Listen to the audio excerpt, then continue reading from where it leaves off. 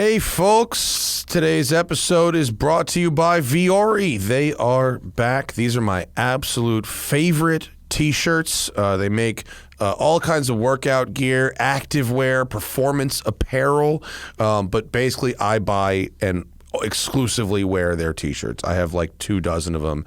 They're awesome. You can get really hot and sweaty and their shirts don't show sweat. If you're tired of traditional old workout gear, everything is designed to work out in, but it doesn't look or feel like it. It's so freaking comfortable. You will want to wear it all the time. I'm literally wearing my Viore t-shirt right now as we record this podcast. The product is very versatile. Can be used for any activity from hiking and running, training, swimming, and yoga, but also great for lounging, weekend errands, or in my case, all day, every day. Viore 100% offsets their carbon footprint, and they offset 100% of their plastic footprint from 2019 and beyond. They use sustainable materials for their products, empowering your best active life. It's designed to look great in everyday wear, inside and outside of the gym. Perfect for any activity. And man, like I said over and over, you can sweat your ass off in this stuff, and it just doesn't look like you've been sweating. I love these shirts. For the last year and a half, I've only been buying. I literally have not spent money on a t-shirt from anybody besides Viore. I wear the Strato fabric ones. Viore is investment in your happiness, and for listeners, they're offering 20% off your first purchase. Get some of the most comfortable and versatile clothing on the planet at Viore.com. Now, it's spelled a little different than it sounds. It's spelled V-U-O-R-I.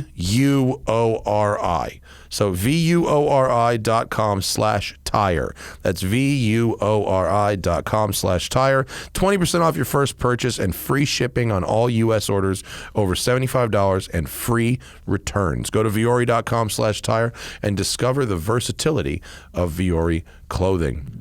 We're also brought to you in part today by Butcher Box. I love the Butcher Boxes. It's a box of meat. Takes all the guesswork out of finding high-quality meat, sourcing their meat from partners with the highest standards for quality. No more searching the grocery store for 100% grass-fed beef, free-range organic chicken, wild-caught seafood, and more.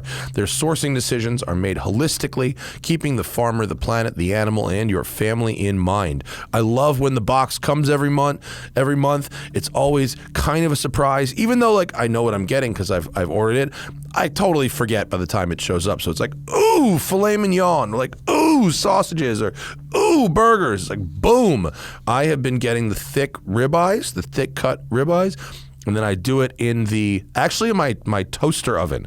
I've got this like Breville toaster oven that looks really basic, but it's perfect for the reverse sear. 200 degrees for 45 minutes, and then I sear it in the skillet, the cast iron skillet after that with some butter and rosemary. Bam! It's awesome. So every month, Butcher Box will ship a curated selection of high-quality meat right to your door. Free shipping in the continental U.S. Each box contains between 8 and 14 pounds of meat, depending on the box you choose, enough for 24 individual meals. It's packed fresh and shipped frozen for convenience, so you can save time on your next grocery store trip. Customize your own box or go with one of theirs. Either way, you get exactly what you want. And here is this killer deal right now. Get this. Your chance to never have to shop for ground beef again. That's right. Butcher Box is giving new members free ground beef for life.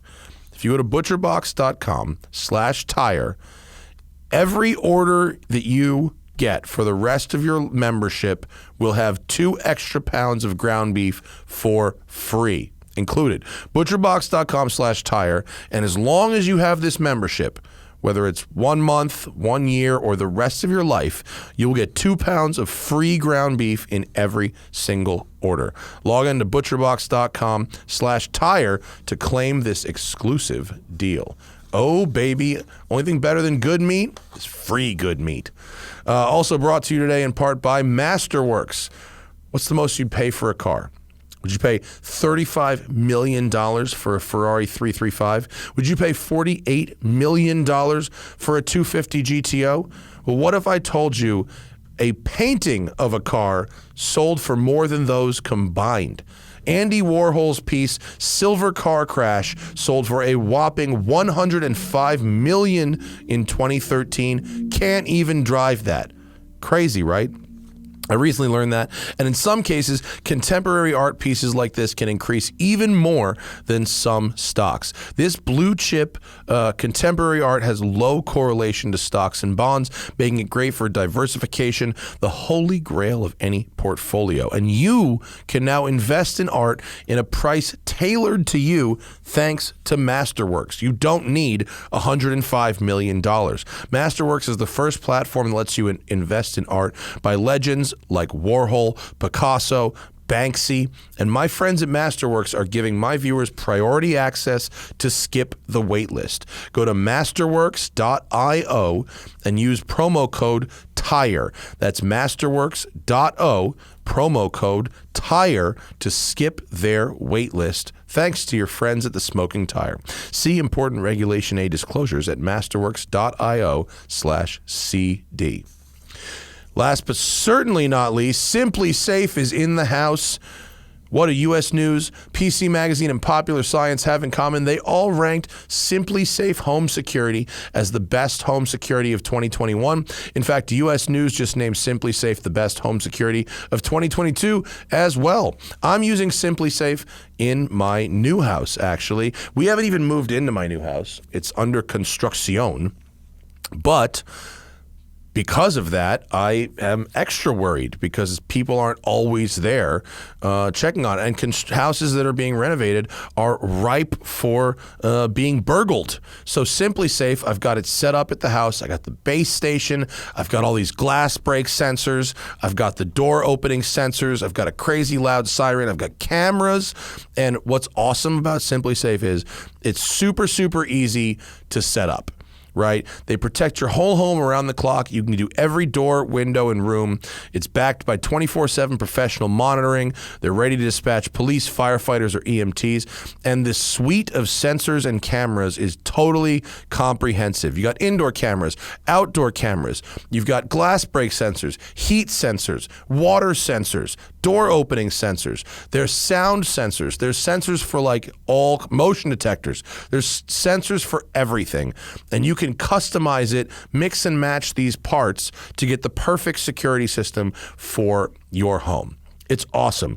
It's less than $1 a day. You can set it up in around 30 minutes, and it's always simple to use. Their customer service is awesome. When I was setting it up, I hit a snag because my internet network is not like optimized because it's a construction site.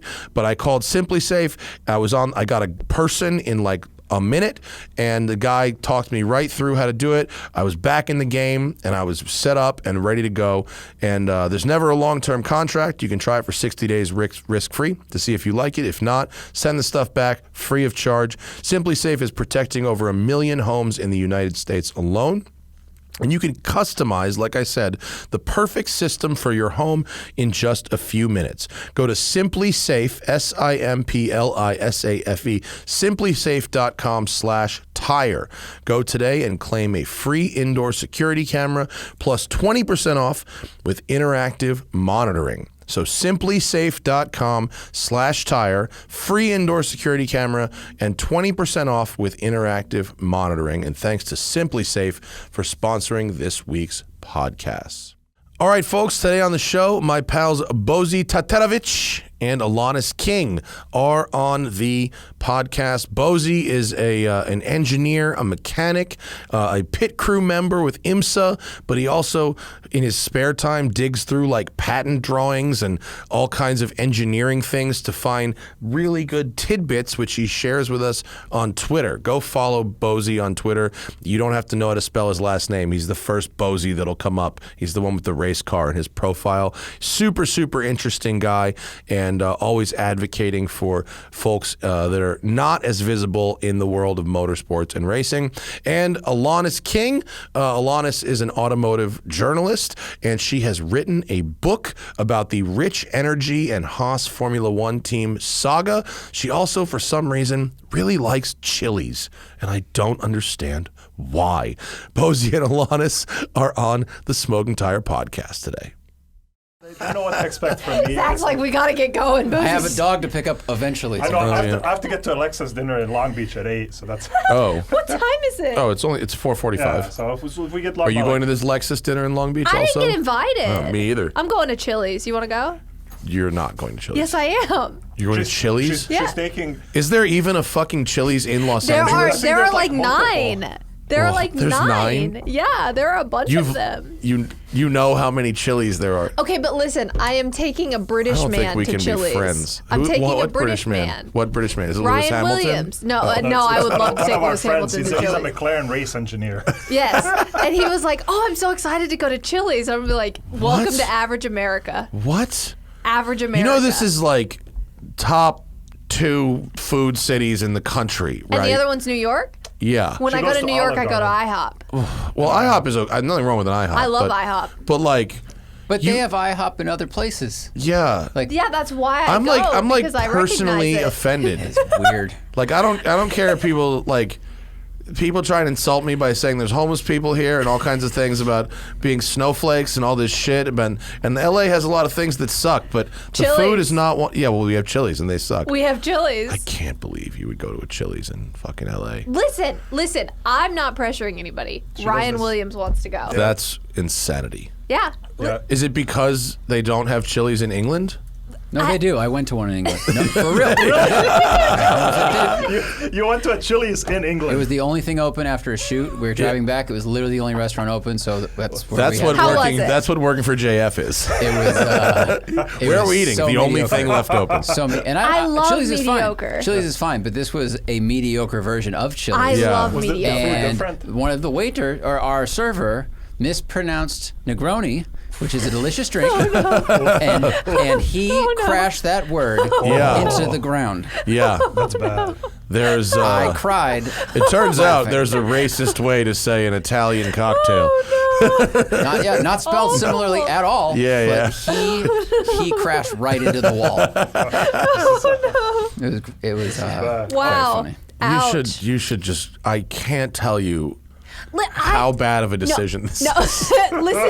listen. I am not peer pressuring anyone. I know. I was asked to go to Chili's. Right. The response is, "I'll see you afterwards. I'm going somewhere good." No. But the reason this has happened is because she's like had this pitch for Chili's. Because Like, you're the connoisseur of Yes. Chili's. She tweets about it whenever Yeah. we do They anything. send me gift cards? Yeah. Do they? Yeah. Oh, so you're a Chili's influencer? I have a necklace. They send her a necklace. It's a necklace. It's a gold necklace that says Chili's in cursive. Seriously?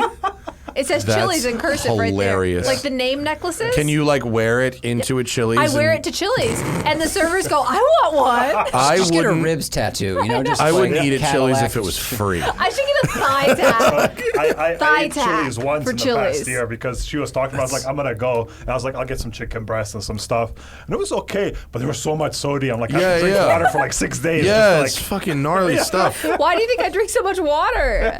Yeah, make you're, it up for all the you're on a sodium. constant flush. Yes, You I eat am. Chili's once, and you need to do Yes, a month. I eat Chili's flush. once a week. so much salt. Oh my God, you're And, that's oh my- so gross. Every Friday. That's so gross.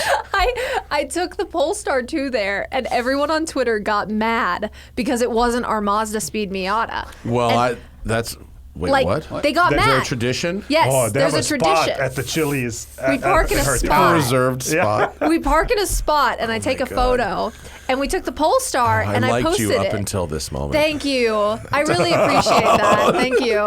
And I posted the Polestar, and everyone was like, "Where's the Mazda Speed?" And I was like, It was a whole thing. I got in trouble. Pretty nice car though, isn't it? That Yeah, Polestar too. I like the it's Polestar. Pretty nice. It's the interior is too porous.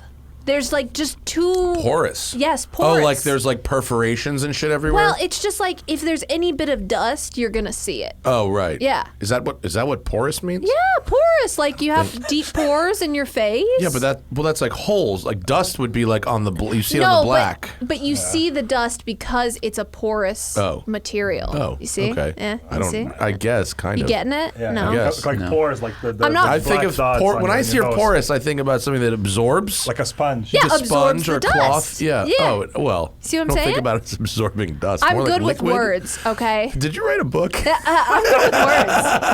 I wrote a whole book full of words. You did. I did. When's it out? Either in September or October-ish. Nice. Yeah. Do we get advanced media copies or what? I mean, if you want some, Is there sure. a press launch?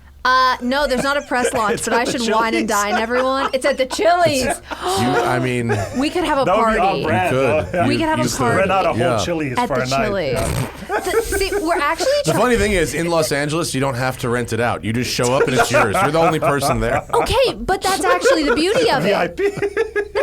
That's the beauty of it. You go Yeah. to these restaurants in these big cities and no one's there because everybody's like, I gotta go to my fancy restaurant. You go to IHOP, you're the only person I didn't say there. fancy. Hey. I'm not a snob about restaurants. Some of the best cheap But food you won't in the go to country is Chili's. here. No, it But can't that's be gross. snobby. we had $15 burritos today. That's pretty much what you would have paid at the Chili's, and we had good food. I Chili- would go. Yeah, in LA, if you want Mexican food, it should be made by Mexicans. Yeah. Like, you- you know what I mean. Well, if I go to Something Chili, authentic. Which, Yeah. I mean, it's the best. Sometimes best I place in the understand you don't have a country. choice. If you're in Wisconsin, there might not be Mexicans. They need clear instructions from the franchise home office. The worst. that's how I like it. The worst Mexican food is in Lime Rock, Oh, God. Connecticut. Oh yeah, no, they don't. In Connecticut. But that was like the only place that was open after we got. Would like, you like a tamale? That's kind of how it was. Like it was these like dudes that looked like they should have like gone to Harvard, but Yeah. just, like dropped out. And They were- might have. They might have. They probably. they might have, yeah. And they're like It's making Connecticut. It's Yale. or Yale, whatever it is. Yeah. And they're making Mexican food. I was like, this is probably not going to be good. They're like, Dad, here's the business plan, Dad. If you give us $5 million, we're gonna open a burrito stand in Kent, but it's gonna be Yes. upscale burritos. Nice. Yeah. Yeah, it's terrible. It's terrible. It's the worst thing ever. There are a couple decent hipster takes on Mexican food, but I bet you Kent, Connecticut is not where you would. But find I'm not going to Chili's for Mexican food. I'm going to Chili's to get a skillet cookie. Like I'm Oh. going to get a cookie You the mean size of my Oh, face. Pizookie, Yeah. the thing they also sell at The like ki- pizza they- restaurants. it's like Correct, it's in the yes. cast iron, little Yes. mini cast irons, right? And it's the size of my head. Yeah, and yeah. you eat the cookie. I have that size cast iron at home, and I have made that before. Okay, so Yeah. you see what I'm saying. Yeah, just buy a fucking cast iron I and have a one. log of dough. I have one, but I don't know how to like cook things. She goes for the vibe. Yes, I do go for the vibe. Chili is the vibe. For the flair. It's really you. That's I it. mean, you have your own flair. at this Thank you. point. I appreciate that. My husband cooks. I don't know Does how he to go turn- to Chili's? Yeah. Oh, he loves Chili's. We love Chili's. It's our thing. They have a server, like their server. We have a server, and he comes to see us. That's the most normal thing about this. Yes, he Is comes that to there's see us. someone there that is. I get that. I have at my favorite restaurants. Okay. I sit in See? a particular section. See? Exactly. Yeah. It's understandable. And the rest of the week, my husband cooks because I don't know how to turn on the oven. Is Chili's where they put the Jack Daniels shit on everything? Yep. It is right. They had the bourbon menu in the UK. They did. Okay. So Yeah. the UK one, was it like, did it have like any like weird like UK specific food, or was it just like curry. or was it just like straight up like American I don't remember. Chili's? I remember 6 of us got fajitas. There were like, or 5 of us got fajitas. The 6th person, they were out of fajitas for real, and so they had to get something else. And How are you and- out of fajitas? Chili's, yeah. Onions, peppers, and fucking chicken. This is Like they terrible. need Well- all those ingredients to make other things. It felt like the ingredients had been shipped from the United Oh States. yeah. So the way Well, ours tasted, so that's I why got they news ran out. for you, Zach. Yeah, They were. that's why they ran out. Yeah. But how did you decide who didn't get the fajitas? Like, was it rock, the last paper, person scissors? to Last order. person The got last person to order.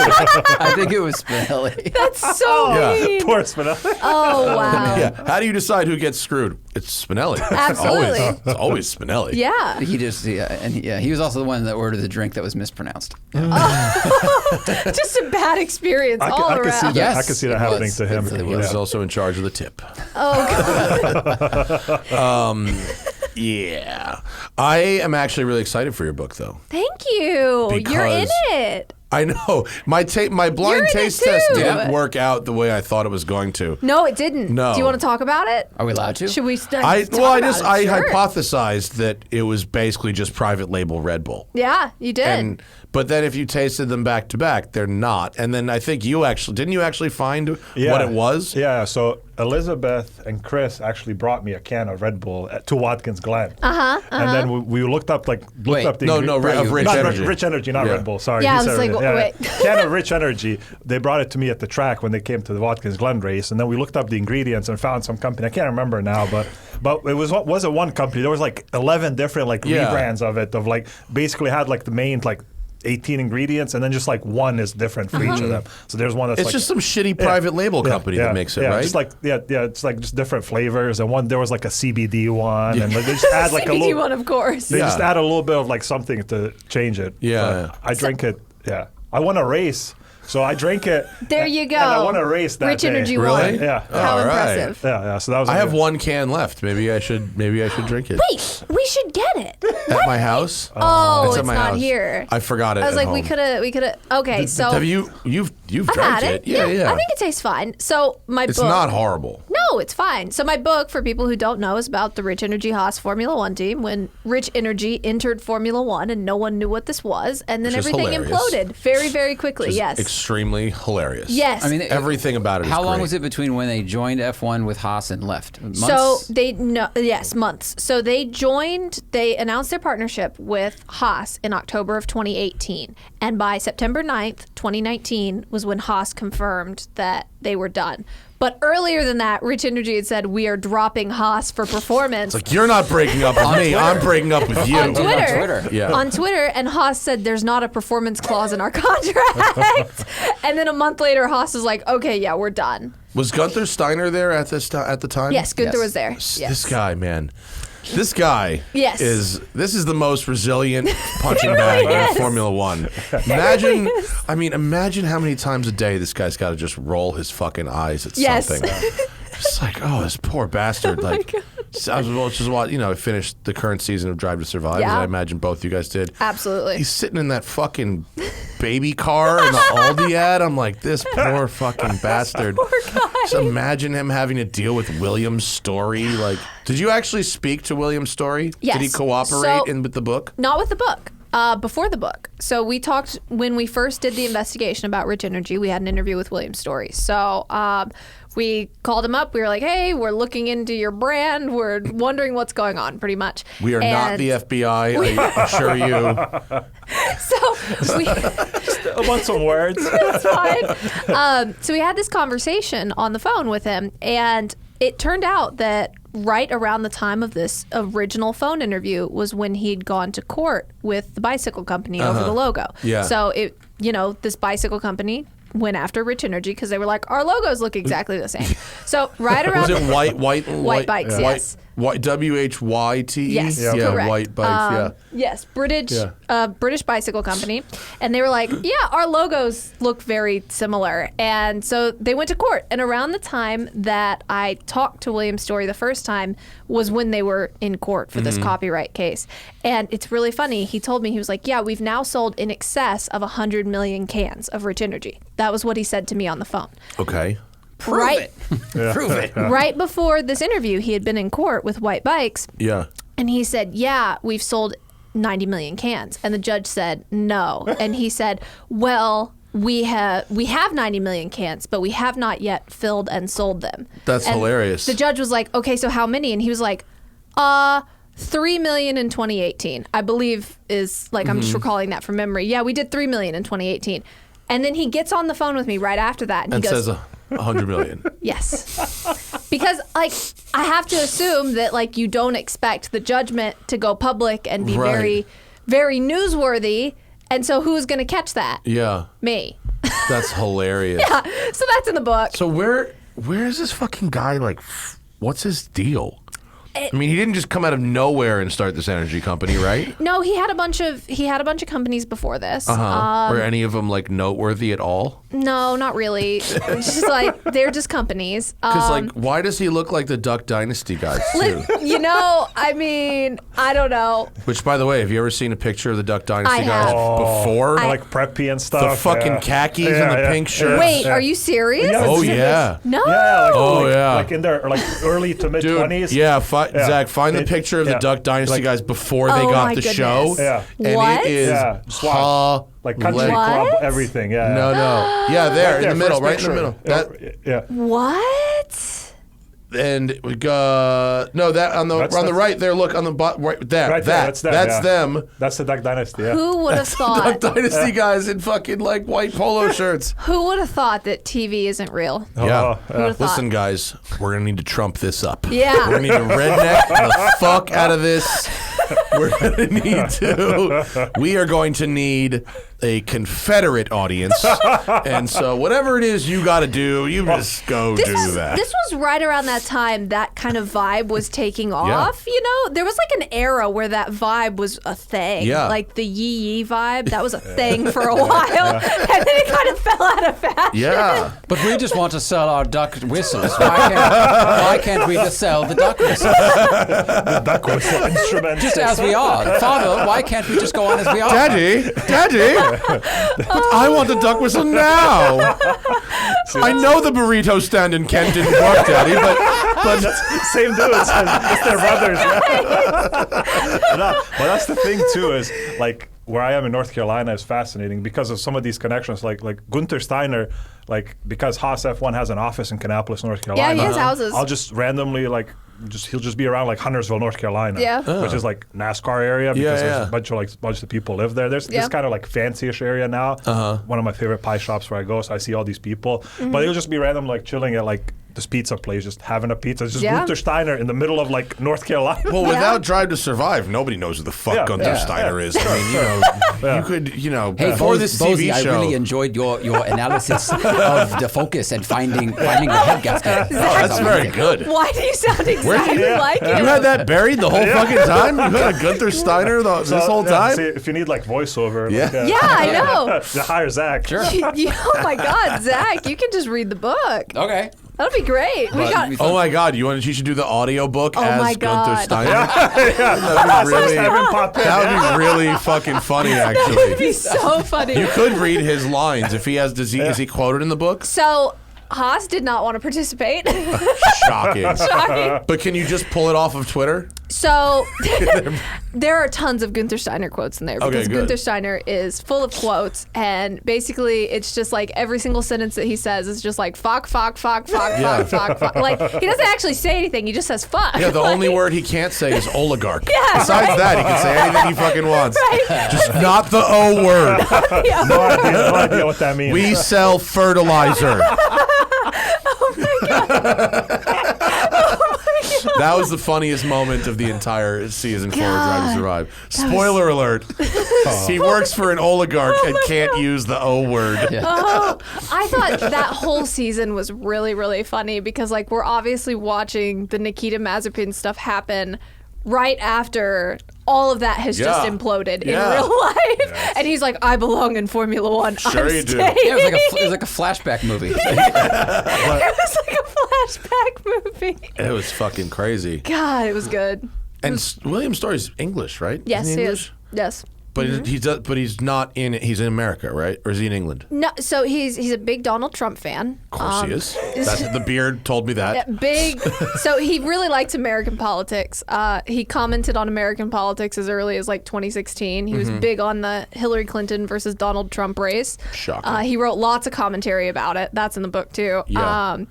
He wrote. Probably has a lot to say about her emails. Oh, he has lots to say about Hillary Clinton, yes. And he's a big Donald Trump fan, but yeah, he's British, so he walks around in London with the Make America Great Again hat on. And So it's weird. fascinating to be like really like a big fan of a politician from another country. Yeah. Yeah, it's weird. Imagine, I'm just picturing someone like walking around here with a fucking Boris Johnson That's hat on. the thing. What are you doing? Where are you? Where are you? What are you doing? But it's really fascinating. Like he's big COVID truther. Like Of course he is. loves COVID misinformation. He's always posting about Corona Bullocks. Coronabolics? Oh my God. Scamdemic or Plandemic, one of those. Yeah. I think Plandemic was the quote documentary. Yeah, right? okay, so Scamdemic is the one he uses, I think. And Corona Bullocks. And This guy, look at this fucking guy. I mean, you can just tell this is a guy with one photo, and you go, this guy is out of his goddamn mind. He looks like Rasputin. No comment. But You know, I came to the conclusion over the course of many years of following this and just studying this man, because I had to study this man in depth to be able to write about him. Why? I mean, obviously this guy sucks, but does he suck in that much of an entertaining way that you're like, I need to write 75,000 words on this? Yeah. Really? It's very entertaining. Is it an epic level of sucking? I have read this book so many times from front to back, and it is entertaining all the way through. Really? Like front to back every single time. And like I forget, because obviously when you write a book, you write it and you fact check it as you write, and then you go back and you fact check it again, and then you go back and fact check it again. You will go and read it and you will go, there's no way this is real, but it's been fact checked like 4 times. Amazing. Like there's no way this is real. I can't even explain. Has he ever done anything right? Tell me a good thing about William's story. One good thing. He can sell you anything. That is how he got into Formula One. He got into Formula One. Yeah. He got into Formula One. Sure. Everyone we spoke to was like, that man could sell you anything. Like, it could be air, and he could sell it to you. And it doesn't make any sense. Like, logically, it doesn't make any sense. Yeah. But you'll buy it. What was the hook with rich energy? Like Red Bull gives you rings. Does this make you rich? Gives you horns, and then they got in trouble. They got in trouble. Let me guess. He's got some things to say about Jews. Rich energy gives you horns, unless you're a fucking Jew, mate. In that case, Red Bull. But he got in trouble for that. That was the whole thing. That's in the book. There's a lot of stuff. Did Red Bull have a problem with the whatever gives you a body part? They have a trademark on that? They were not very happy. No, so funny. They were not very happy. So that's a whole thing. And Liquid Dolphin gives you flippers. Oh my God! Gives you horns is just such a bad slogan. It's like it's so narrow. Give you wings is like that's a very. I mean, especially because like it's very bulls have uplifting. horns, and that's then where it's like you really- horns is just like. Well, and the that's phrase not is very grab the cute. bull by the horns. It's like go afterlife, and he's like, what if we had the horns? And Red Bull is grabbing our. That's a cocaine conversation. What if we have the horns? It's like We he have the reminds me horns, of the but they guy can't from grab The Other horns. Guys. He's like, what's the fucking British guy from The Other Guys? He's like the bad guy. He's like, children. What if they raised adults? Like, Throw it out there, see what happens. yeah. I wish I could explain to you how funny all of the occurrences in this book are. Like I believe it. It's so funny. Like, so early on in Rich Energy Marketing, I'll give you an example. I won't give you specific examples because it's not appropriate for the internet. It's appropriate for the book. It's not appropriate for the internet. I'm not. Well, yeah. Holy, do you know what I've seen in the internet in the last fair. 24 hours alone? That's fair. So I won't give you the specific like book titles, but early on in Rich Energy's marketing, they just kind of like pulled images from the web. Right click, save as. Yeah, and they put Rich That's Energy how I got logos. an NFT collection. Yeah, right. Same. And they put Rich Energy logos all over this. So like there would be an ad for laser hair removal. Rich Energy logo. That's so funny, really? A perfume ad, Rich Energy logo. And Like, would they take just the photo and then Yes. put their? That's so like. Yes. So I used to work in a branding company, and this is what we would do for like mood boards. Like Yeah. you'd Yes. want to rebrand No, this was on Abercrombie and Twitter. Fitch. Yeah, and this so was on you'd Twitter. like you would you get fucking shit from magazines and then put the logo on it and like. Yes. But it's not published. You No, don't publish no, this is shit. on Twitter. So fucking funny. And so they would repost these images again and again with different captions. So like these same images that they got from the internet would just So repost funny. again and again. One of their favorites was actually a stock image used on a lot of erotic fiction. It's like they- Fabio's thing, kind of thing. Like It's this woman and she has a Rich Energy logo on her shoulder. tattooed? Yeah, and there's like a man holding on to her. And there's like this black tie affair kind of thing. And they've got the Rich Energy logo on it. And this stock photo, I don't know, how inappropriate am I allowed to be? There's literally no rules at all. Great, You do no anything rules. you want. So this stock photo was used on this erotic fiction novel called Formal Fingering, Risking It All, something, something, something. There's a book called Formal Fingering. It's an ebook. Wow. So You have to go to finishing Sounds like an school to learn instruction how to do manual. Oh my god. Oh, there it is. That's the image. By Jamie Fuchs. And so they by Jamie Foxx. Fuchs. It's Fuchs. Fuchs. If you're a Porsche fan, if you're an erotic fiction fan, it's by Jamie Fuchs. So Yeah, and so there's her. I think I remember seeing it. It's on her it's right shoulder. Yeah. And the one where she's turned around, it's on her shoulder. And Wow. then they share that Formal image. finger. Have you read Formal I Fingering? have not read Formal Fingering. I mean, I feel like we have to. Should we? Is there a summary of it somewhere? Okay, book club. Spark notes. Book club, though. We can start a book If anyone club. out there has actually read Formal Fingering, Please hit us up. Just leave the clip notes in the comments. Please. Like, We would love to know, but pretty sure I could guess. It looks like, is it a trilogy? I think it is. What's the third image from the left there, Zach? It seems like there's multiple. Yes. Oh my God. What does that yes. one say? Oh. Becoming Naughty in public, book one. And this exact there's The line. next three in the series, dude. What is the sequel to Formal Fingering?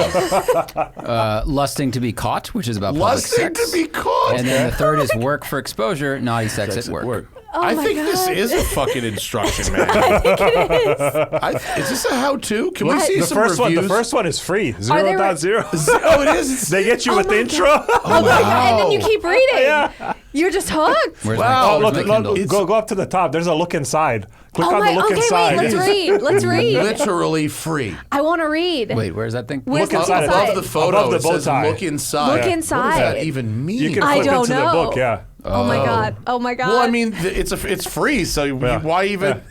Rar. We have a rar. Oh my Wow. God. Oh, panties. I see panties. The word panties is Fuck there. it. Mm-hmm. Oh. Up twice in one paragraph. Oh wow. Ugh. Mr. Fancy Yuck. Suit. Yeah. No, so it's not a. It doesn't seem like it. It might be fiction. Oh, yeah, it's non-fiction. an erotic Might be fiction. nonfiction. Maybe it's I don't think it's nonfiction. educational. Yes, it's very.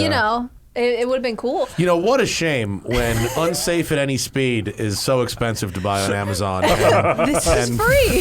Formal Fingering free. is so cheap.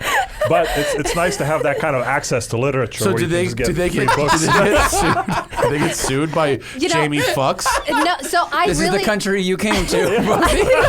So this image has not only been used on this book; it has been used on other erotic Sure. fiction. So I believe it's a stock image that you can purchase to like license out for your ebooks. I see a cover. Yes, Alanis. exactly. Here's our edition. cover. You should Here's license our, this oh my image God. for your fucking Wait book a second. cover. Yeah. We should. Yeah, the special edition. And then it's about Formula One. Yeah. So The meta. special edition. yeah. Oh my. Super meta. Director's cut. This is the kind of stuff. This is the kind of stuff that's in there. You're like reading it, and then suddenly there's a paragraph that says "formal fingering, risking it all in public," like, and you're like, "What? Yeah. Like, what does this have to do with this?" And then there was this whole like. The Rich Energy account loved posting photos of women with large, undomesticated cats in bras and underwear.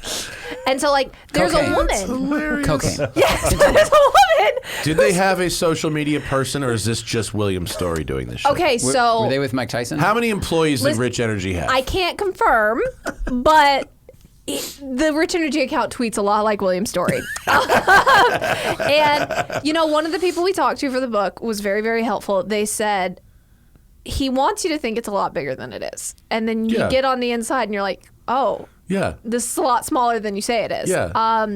You could have an energy drink company with like literally one person. You can could, private yes. label everything. You could. Yeah. And so, you know, we talked to a lot of people. If you have a credit card and basic Photoshop skills, Yes. you too. Or you don't need basic Photoshop skills. You can just go find Formal Fingering and pull their photo. And so it's just stuff like this throughout the book. Like the women with the tigers, like there's a woman like straddling a tiger on a bed, and it's a Rich Energy ad, but they just pulled this from like a Sports Illustrated shoot. So awesome. It's like Oh, and they just throw the logo on there, but don't they get sued by a photographer or something like that? So I don't know that the photographers ever noticed. I really don't. So I say Sports Illustrated because I think there was some Sports Illustrated. I don't know what this particular tiger was from. But there were also just Cannot random. verify the whereabouts of the tiger. Cannot verify it. But there were also just random photos where, like, they would get photos of people doing wingsuit jumping, which is where you jump off of a cliff, and like a suit. Yeah. And they right at the top of the list, the shit I ain't doing. Yeah, right? There was this one post that was like, fly high with rich energy, like no bull or something, because they always said no bull. Yeah. And I reached out to the person who was actually in the photo because, I looked up the photo, I found where it was from, and they were like, yeah, no, nobody asked me to use that, and they did not have my permission. And I was like, Cool. thought so. Yeah, yeah. He's operating fully in, it's the internet. Who gives a shit? Who cares, right? Yeah. It was, oh man, there's just stuff like that throughout the book. And then there's the more hardcore stuff. Then there's the stuff we couldn't even report. Formal because fucking? we couldn't. Yeah, formal fucking. Yeah, absolutely. We got to move up from formal softcore. fingering. Yeah. That's the softcore stuff. Yeah. And then there was stuff that you couldn't even confirm. There was some wild stuff we couldn't confirm. And, That's a shame. It's sad. It's sad. There were some NDAs and we couldn't confirm, Oh, that's but unfortunate. we teased it. We teased it, right? So it's like Rumors say. Can you use that? What's your hedge against that? So there's a claim in there that has to do with a certain racetrack, and we just say a racetrack. We were informed of a thing about a racetrack, but we could not confirm it with multiple sources. The sources collaborated with each other, and they were like, no, we can't because of NDAs, but they wouldn't come to us. Oh. It was sad. Well, But that's unfortunate. there's a lot of wild stuff in there. We talked to a lot of former Haas employees. It was wild. The whole thing's wild. I've read it so many times and it never gets boring. It's ridiculous. And then there's your taste test, and it's really lovely. Yeah, my taste test I thought would be a little more. It's amazing. Is it? It's really good. Does it translate to writing? Yes. Okay, Yes. good. I'll let you read your taste test if you want to. I want to read the whole book. I want to buy the book and read it. But I think I want to. But I would like a review copy. Yeah. Or something that I can. That's so we can actually- help sell some books. That's actually what we're trying to figure out. We're like, how early do we want to release a review copy? Because there is stuff in here that no one knows about.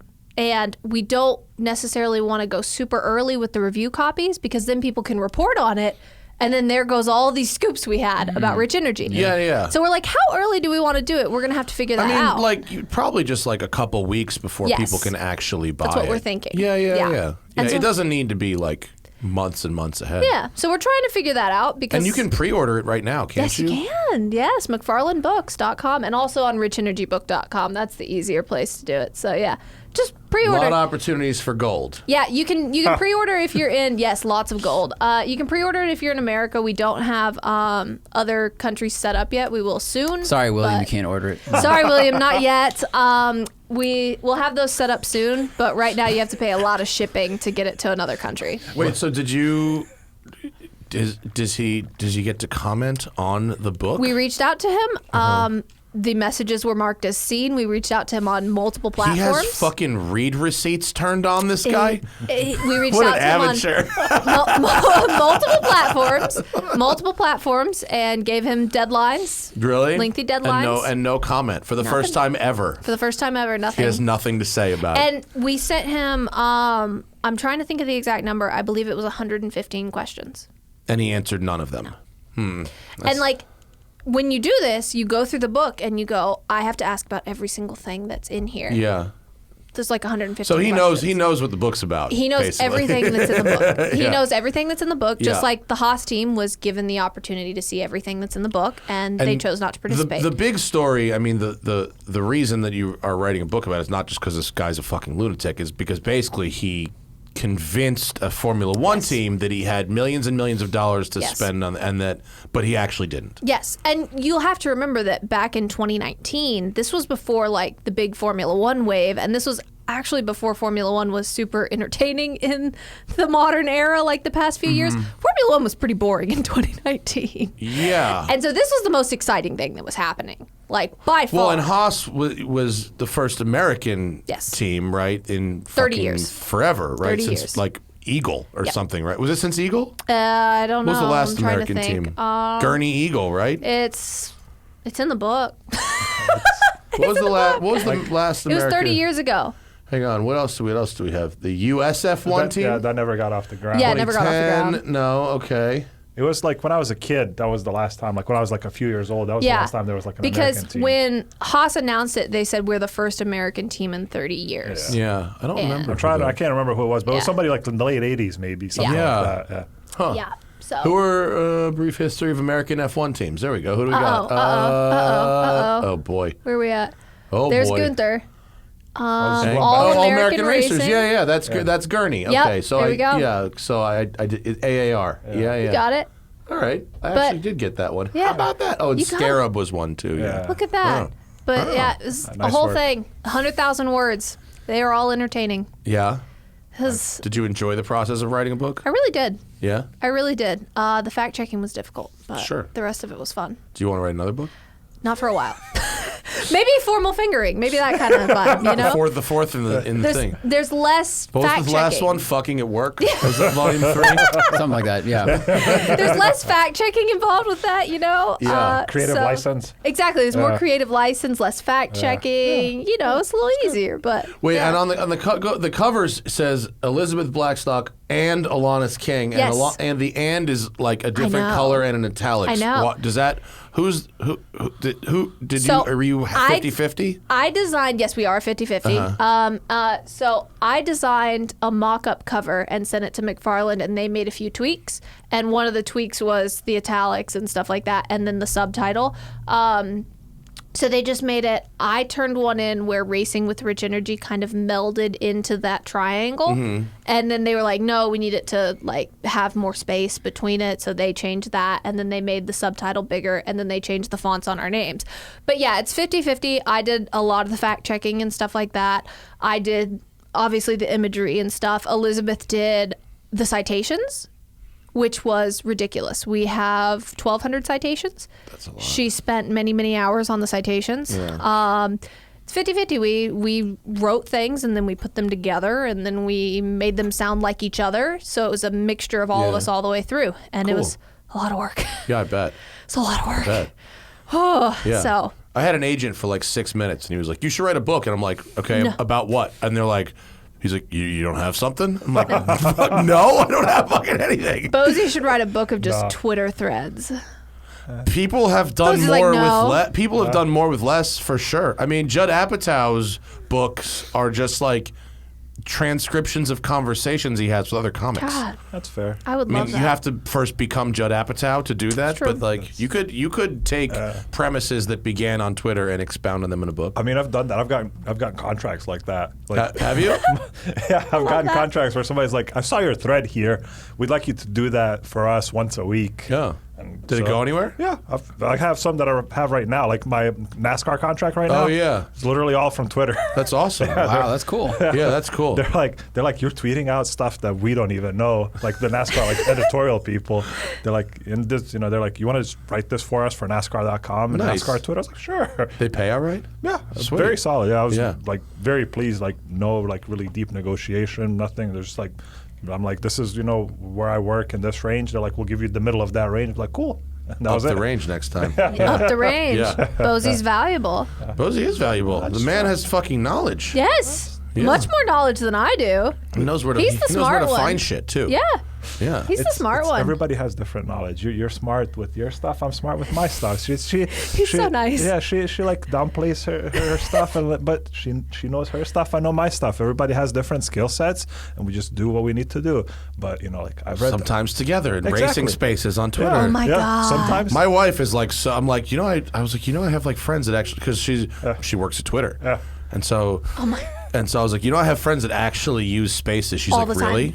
All Really? the time. What do they Is do? it every week or is it every? Every week. Yeah. Every single week. We were doing spaces last night. And Yeah, then yeah. we got together this afternoon. Yeah, we were doing Oh, wow, spaces last night. You have 2,400 fucking followers. on Yeah, Twitter for that's racing spaces. That's that's very nice. after like a year. Like it's Yeah, we don't even. Yeah, we literally that whole account there is for us to just tweet pictures during spaces. Yes. Like we Oh. don't promote it. We don't We do don't anything. promote it, Yeah, like nothing. it's just that, and we just retweet stuff that people tweet at us, or if we want to tweet something that we're talking about, then we'll tweet it to that Wait, account. can you explain to what Racing Spaces is to Yes. the So- fans? So Twitter has a portion that's called Twitter Spaces, where it's basically like podcasts but live.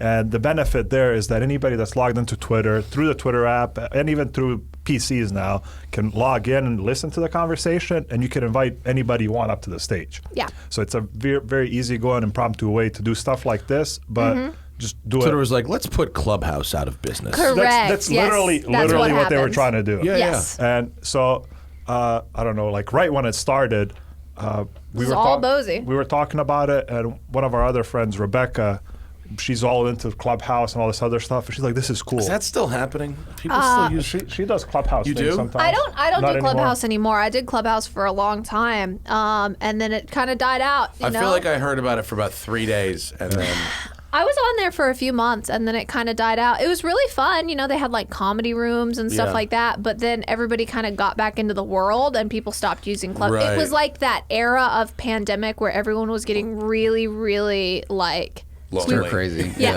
really Need to lonely. socialize. Yeah. And it was kind of like going to the bar. You know, you yeah. would just go in these random rooms and talk to people, and it was really fun. But it served like a specific purpose and a specific moment in time. And then people stopped using it as much. I have a friend who's like kind of a, cutting it. He's a crypto, and he's always anytime there's a new thing, he's always like the first guy I know. And he fucking texts me. He goes, "This, you have to do this. Clubhouse, this is your shit." And I go, "All right, I'll give it a try." I download it, and it goes, do you want to, import your contacts list, whatever. So I go, "Yeah, okay, yes," and blah blah blah.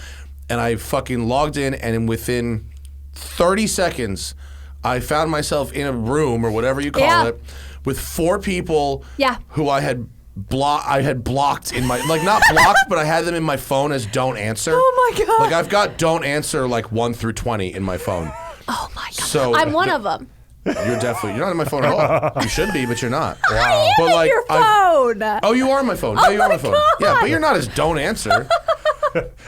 She's never answered. Never Fucking answered. crazy bitch. I am. No, Thank you. I have. There's a few X's, and then there's some other people that are like hard nose. But I found myself in a room with all, like, dude, what's up? And I'm like, fuck, log out. No, Never again. Oh Yeah. my God. Yeah, It this didn't is work out. actually kind of what NASCAR drivers do with racing spaces. Yeah, but that's the thing though. So kind of to continue with what Twitter Spaces and how we got into it is we basically are like, this is this new thing. And we're like, let's try it out. Let's try it out. This new thing on Twitter or whatever, let's try it out. So me and Alanis and our friend Rebecca were like, well, let's just launch it one night, and we didn't even know how it worked. Yeah, we didn't know what so we were doing. we're just gonna talk amongst ourselves because we have like group chats or whatever. Yeah. Just, Yep. we're like, we'll just talk about random racing stuff because there wasn't anybody doing a racing one, and we started it, and then like 150 people showed up, and we're like, okay. Yeah, I guess we do. I guess we do this now. Yeah, I guess this is a thing now. Yeah, and then I was at dinner with one of my friends, Zach Veach, who's a former IndyCar driver. He drove on our IMSA team last year. Right before we did that episode, I'm like, hey man, I was like, sign on to this. We just want to see, and like, we want to see how it works, and people know you. So he signed on for a little bit, and then a bunch of other people popped on, and we had like, I don't know, like 4 or 5 racing drivers, some engineers. And we were discussing racing suits on the first one. Yes, we were. discussing like different styles of pants for racing Oh suits. yeah, the NASCAR style the boot versus cut the versus like the Yes. scrunchy one. right. Uh-huh. I don't like the scrunchy one. It's weird. Are you She's serious? a scrunchy pant fan, and I like the boot Scrunchy cut. pants They all the remind way. me of like my Jinkos in the 90s. Scrunchy pants are the female gaze. Boot cuts are what NASCAR drivers do because they're just they want to rebel against the it's female fire gaze. protection. They're I don't scrunchy pants with an care. extra layer. I don't And care. when Do I you want grew- fire protection or do you want to look cute? Fire protection. Fire Cute. protection. Fire You protection. want to look cute. Let's go to Romain Grosjean for the answer on this. But that was the thing. So Racing Spaces was just a coincidental kind of thing where the two of us plus Yeah. our friend discussed it.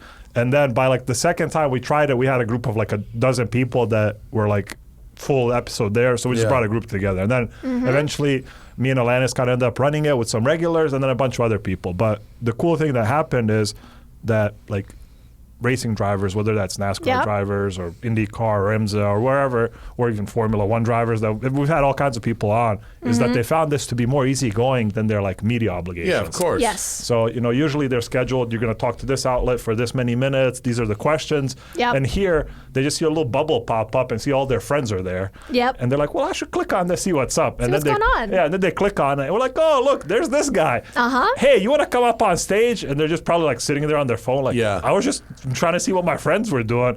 And then all of a sudden their microphone is turned on their phone. Nice. And we're like, hey, man, what's up? Or, hey, what's going on? They're like, what is this? Are they folks you've met before? Or no, some are, Depends. and some are just that are common friends. So like maybe I know a racing driver, or she knows a racing driver, and one of them is signed on. So another racing driver that follows them on Twitter sees the bubble pop up, and they just pop up there, and then she'll go on, or I'll go on. Hey, we see you down there. You want to come up on stage? Microphone activated. Where were you on January 6th? There's probably a few NASCAR guys that don't want to answer that. And that was the whole thing. Is just it was so easy going, and then. We started growing into this where we started to get into important conversations. Yeah. And I think like one of our biggest spaces where at certain points during that night, we had more than 1,000 people concurrently listening. Yeah. Was where Marcus Lemonis, who owns like a bunch of stuff, Camping World and a bunch of these like corporations. He's on that. The Prophet. The Prophet. The Prophet. Yeah, that guy. Yeah, But he sponsors a lot of stuff in NASCAR. And there was this like controversy because like he had called. He came to argue with me. Yeah, It was fun. Really? He called his driver out. And Alanis tweeted something at him, and he couldn't help himself. So he came on to Racing Spaces, and we spent an hour talking there. Whoa. Really? And then, like, a bunch of racing drivers show up. Did he have a point? I mean, like, I can like see where he's coming from, but I can also see where I'm coming from. You were like scrunchy scrunchy cut. Yeah, scrunchy pants. Scrunchy pants What all was the the way. argument about? It was didn't he say like something about Sheldon Creed and like it was his offer wasn't enough or something, and he was like, be happy with what you got. It was something like that. I don't really remember, but we were kind of talking about like the cheapening of NASCAR sponsorships because of like lower prices for NASCAR sponsorships. And I can't remember any of it. A value proposition. It was a value proposition kind of thing. And so we just kind of like debated it and went back and forth, and it was fun. We had a lot of people there. Yeah, it was like a bunch of CEOs showed up. Yeah, a bunch of CEOs just racing showed up. drivers, like all these people just to like listen. Nice. And it's just like Alanis and Lemonis going back and forth, and me playing referee. Yeah. Like trying to but the conversation was respectful. It was interesting, and like he left on pleasant terms. It was like it was interesting. Like, but he didn't speak to anybody like in the regular like NASCAR media or interesting. about any of this. He just came to talk to us, and then a bunch of like reporters that like I beat wonder reporters. if it's because it's not permanent. Well, that's the thing is that people will report on Racing Spaces. People will come and listen, and just so they can get quotes, because people like Lemonis or even racing drivers won't talk about an incident with like the regular beat media, but they'll come talk to us. And then reporters will log in to listen, so they can quote it. So you can interesting. And they'll write stories. Yeah. And that was the thing. Like it's like there's all this stuff that kind of transpired from it because it was so easy going. All these people felt a little more at ease to have discussions because it's more like a discussion like we would have with them if we saw them at the track. Yeah. Yes. We're like not on the record specifically or whatever. We're just having a leisurely conversation. Yeah. Yes. And so people felt free to do that, even though they knew that it was on a public forum, so they could be quoted. Yes. But they would have discussions, and that was like part of it too. Was just like all these little things that would pop up, like the Lemonis conversation, which got reported on, or even just stuff like NASCAR, this new car, like Denny Hamlin started coming on, and he had concerns. That's our buddy. Yeah, but he didn't really necessarily share them with the regular media, but he would come on and we would talk about it. Yeah. And then people would report on it, and then NASCAR, like the competition, people would be like, well, maybe we should look at this. Well, that's cool. Yeah, so there's like that's excellent. What's really funny is that if you Google Racing Spaces Denny Hamlin, there will be news stories from Racing cool. Spaces. Nice. And it's really Nice to entertaining. be official media. It's nice, you know, and we're just screwing around. Yeah. Well, look, man, our first 10 shows, I'm like taking fucking bong hits into the mic. Hey. And now it's like now we 10. have this was 10 years of shows. 10 years. Yeah. Now we have a real studio. Hey, it's nice. And then the whole thing was like Twitter had this program called the Spark program. Yeah, we did that. And they're like, hey, like they just sent this out to these spaces, like thing, like if you want to apply for this, we're gonna fund you. So we're like, they give you money? For a few months, yeah. Yeah, so we're like, let's apply for this. Yeah. And we both got it. And we both got approved. So they funded us, gave us some ad money, and like straight payouts and stuff. Oh, can you you're allowed to sell ads, right? Your own, can you do your own ads, like your own ad reads? You do whatever you want. They told us we could do whatever we wanted with the ad money, so I advertised the book. Yeah. No, I'm saying like, we could you stuff sell reads. your We own could, ads? Yeah, we could. They didn't have anything there preventing that. No, they Yeah. gave us ad money to run on their platform. Oh, to cool. advertise. But it was kind of tough too because this is a live format type of deal. Yeah. Mm-hmm. So it's kind of hard because it takes like 2 to 3 days for Twitter ads to ramp up, Right, and like right, we right. never really Yep. found like a direct use for it. So Yeah, we don't do ads on the live shows Yeah. Yeah. here, That's- so it doesn't. yeah. Plus, now we charge for them. There Can you you go. do that? Yeah. Can you guys paywall it? We There's could if we tickets. wanted. Yeah, we have. You can get tickets. Yeah, they gave us.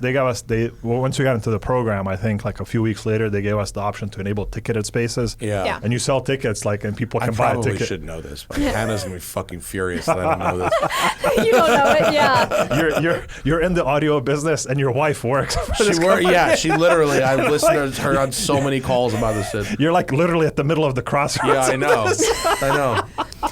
You know, Yeah. but yeah, we haven't done a ticketed space yet. We were thinking about doing one like a charity ticketed Yeah. space at some point, but we just log on every Tuesday and do our thing. Patreon works better. Eh. Patreon, they pay you every month. Yeah. It's That's not. fair. It's like a That's fair. regular income kind of thing. Sure. Yeah, see, you know, we just kind of screw around, Yeah. honestly. See, this. Yeah, but why give away what you could sell? no, That's that true. makes sense, and you're fair. You're Not that you should take. Not you shouldn't paywall it, but Yeah. like there's people that just want to give you money for entertaining Fair. them. Oh, yeah, we You have- should find a way to take it. That's fair. We have I think some of those. We have some super fans that are like they know we're gonna start at 8:30 and they're like, you know, at 6:37 p.m. they're like, it's racing spaces day, let's go. Yes, Yeah. like And they it's get cool. so Like, excited. it's cool to have people that are That's that right. hyped Yeah, about having super these cool. conversations. Like it's wild that like Yeah. we're at that point where, you know, me and her are just, you know, just fucking around, just having discussions about racing and stuff, and people are like, we want to like listen to it. Yeah. And I think part of it too is that you feel like you're in the room for the people Yes. that Yeah. are there. And occasionally we'll bring people up from the audience to ask questions, to have a chat or stuff like that. So we've done that too, where they can actually be part of the conversation. Yeah. Which, you know, makes. I haven't really been following the new car. How's it working out? The Ooh, new good NASCAR question car. for Bozi. There's been a lot. So I've followed it closely. So before the car, like most of the stuff about it was officially announced, I started talking to people. I remember you Yeah. you were posting schematics Yeah, of shit. yeah. and Oh, all kinds yes. of Yeah, stuff. so I was getting stuff like leaked to me and stuff Yeah. like that. And that's when NASCAR actually first reached out to me. So this is like late 2019, early 2020. They were like, hey, you want to come do this for us? And I was like, listen, I have all this information. I know we're not going to be able to publish it on official platforms. Like, I'm just telling, because like you have NASCAR digital versus NASCAR competition. It's just completely separate departments. So, and I'm like, I'm just going to keep selling this to Road and Track and to Jalopnik and Haggerty, like until the car's official, and then we Yeah, can yeah. talk. So, but I had a lot of advanced information, and because they used a lot of parts that end up over on the sports car side, which I have extensive experience with now, I could recognize things too, where I could look at pictures, and one of the people that I actually work with now, his name is Alejandro. He was the NASCAR photographer that was assigned to these like pre-production tests. So he would post these like. Well, he wouldn't post the high definition photos, but he would post a photo that's, you know, done a certain way. But I figured out like the file names, how I could change it to find the high definition version like on their pages. So what I ended up doing is downloading high definition versions from these NASCAR tests where the car was, you know, prototype and Yeah. stuff. And then I would be able to pick out parts and pieces that I recognized because From the sports car. because I had worked on similar parts, and I was able to build out everything like that was going to come with the car. Oh, so I was cool. able to predict some things like 2 years before they were ever officially announced. Whoa.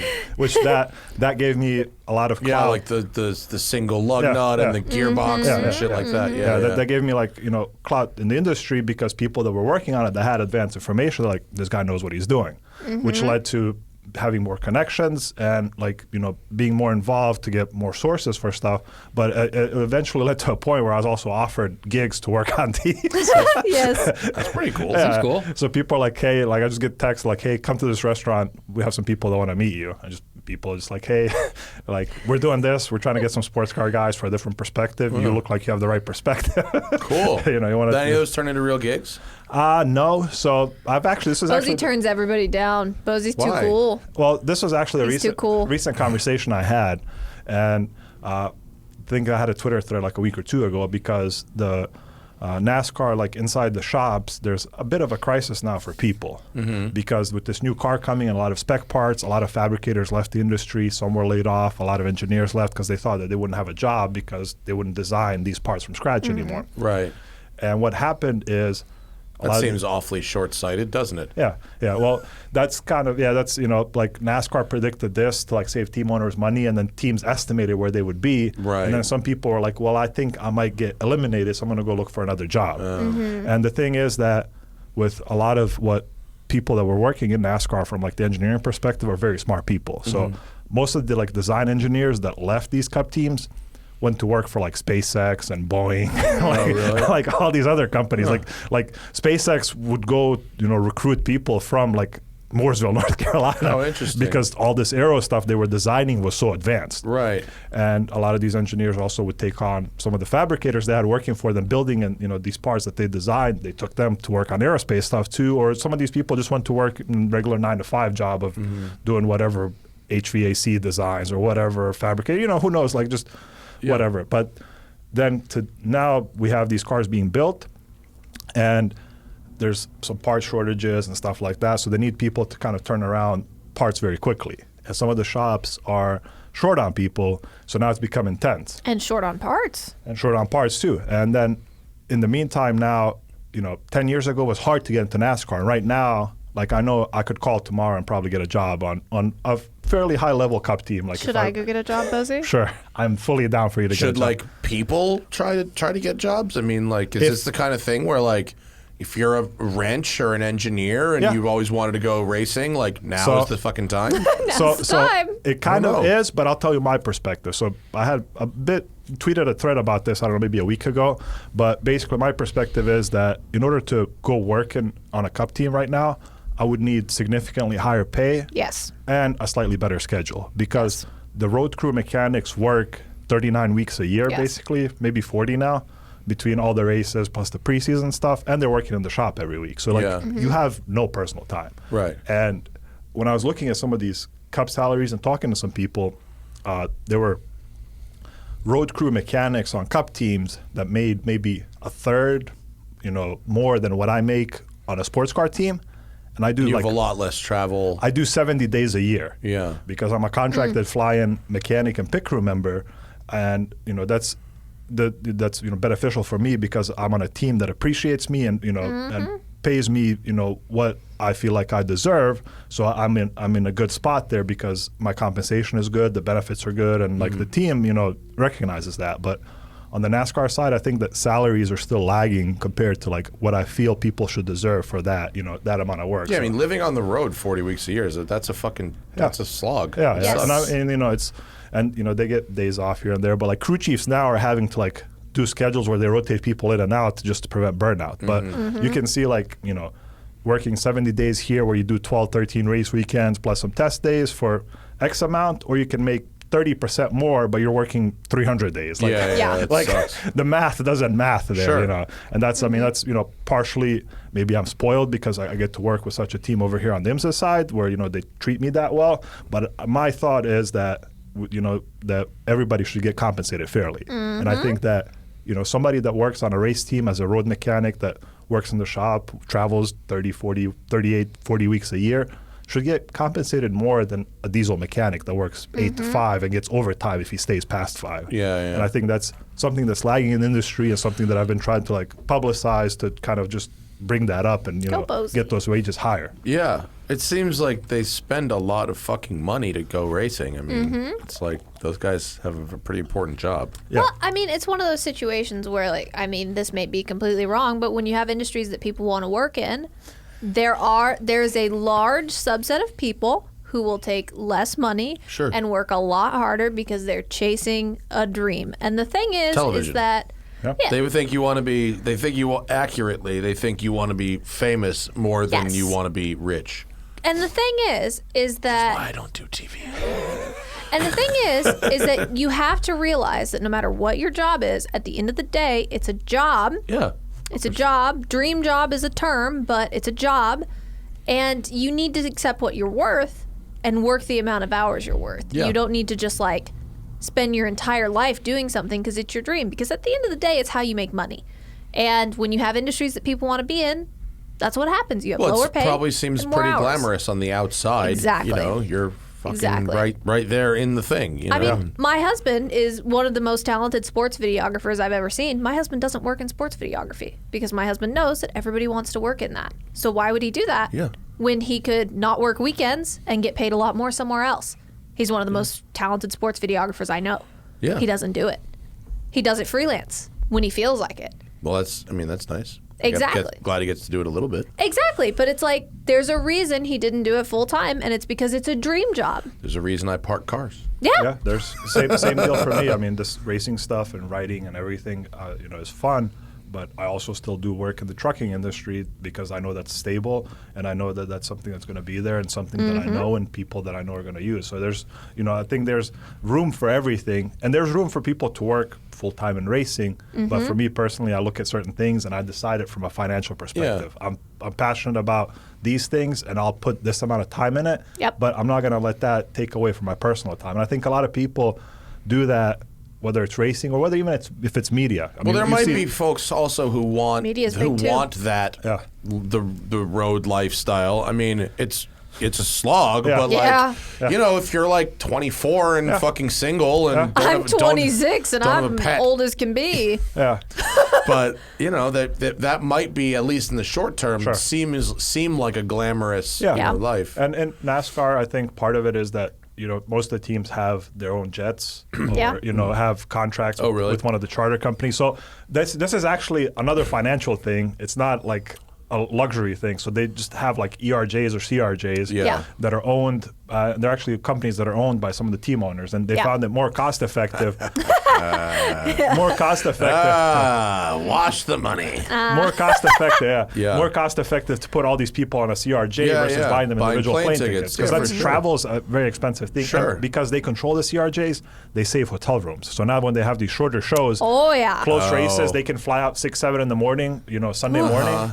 And get to the track, get set up, do all their stuff from 10 to 2 or 3, have the race at 3, it ends at 6, break down by 8, back on the plane at 9, and you're back home before midnight. Yeah. So they don't have to pay for two nights of hotel rooms, where in the past, if you're flying in, you have to fly in on a Saturday, stay the night. I mean, if you can put 70 or 100 people on a plane, it's actually, that is cost effective. It's like there's very few situations where a private plane is cost effective. But if you can actually get like over 50 people on a plane, then it is. I mean, I don't know what CRJs or ERJs, however they fit, but they filled them up because there'll be multiple teams that'll share space on a plane, and we'll have these contracts and stuff, and it's very cost. Of course, the team owners own the fucking planes. It's very very very cost. There's very like all these things, but like I said, that's.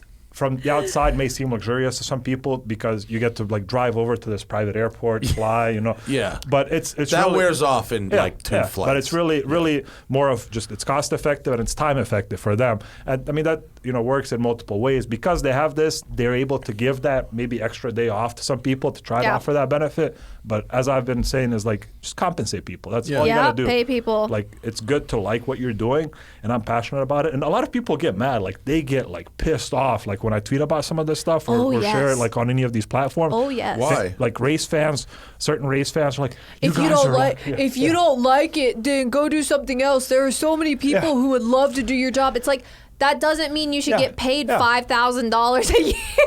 Obviously, I'm like extremely exaggerating. But that's a dumb fucking rationale. You shouldn't accept poverty wages to do what you want to do. Yeah, people are like, I would do that for free because you get to be at the track. That's stupid. I was like, it's still work. Like that's stupid. That's dumb as fuck. You should be like, and that's my rationale is always like, we shouldn't try to like pit each other. Why aren't they signing up for that? By the way. Yeah, exactly. Why aren't you doing it? Go volunteer. An intern. Yeah, What do you know what I mean? Go volunteer. Yeah, exactly. And that's my thing is like all these people are like, you should come work at my plumbing company. You'll see what hard work is like. I'm like, dude, like I know what hard work is like. First of all, like it's like you chose to be a fucking plumber, bro. If you don't like fucking being a plumber, like I've changed. Go do your free work for a NASCAR team. Yeah, like I've done all this stuff and like I understand, but I was like, we shouldn't pit each other. Like we shouldn't pit each other against each other because there's these people that hold money. And there's people that spend money, and there's certain portions that they give to wages and certain portions that go to other places. Yeah. And all you're saying here is that you're supporting this person that's controlling whatever the money is, wherever it's coming from, even though this person's never going to talk to you. Yeah. Instead of all these other people that are like you, that you have an opportunity to be friends or colleagues with, that you're like, no, fuck all of you guys. This is like, I'm going to go stand up for this guy. Corporate bootlicking is a real fucking problem. And we see it in all aspects of the industry, not just fucking. Well, and also just like racing. just the general population, like people that vote against their own interests because they're just like support that person. Like that person doesn't care. Yeah, that person doesn't care. I think the reason this is very annoying is because when people say I would do your job for free because they don't like their job, they are assuming that we don't like what we're doing and that we like enjoy cars or racing less than them. Yes, which is strange. exactly. Like we went into it because we like it. Exactly. But, when you can easily work, I don't know, in production, 18 hours a day, no problem. And you can travel before and after. Like, it can be physically brutal. Yeah. Yes. And after the first trip, which is really exciting, like, you'll get tired. And then, like you said, it is a job, and it is demanding. Like, I'm sure plumbing is demanding and probably a little bit dirtier, but, like, carrying camera equipment or whatever it is or walking around for 18 hours, like, it is physically demanding. Exactly. And it's just, like, I think people don't understand.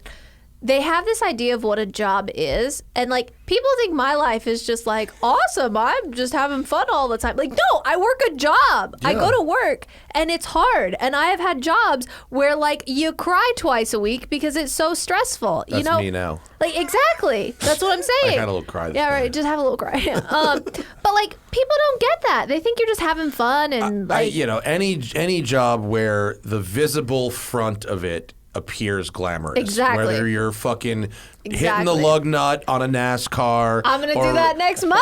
I mean, or, reviewing a McLaren or something. Or a Lamborghini that you can't and see on the back of.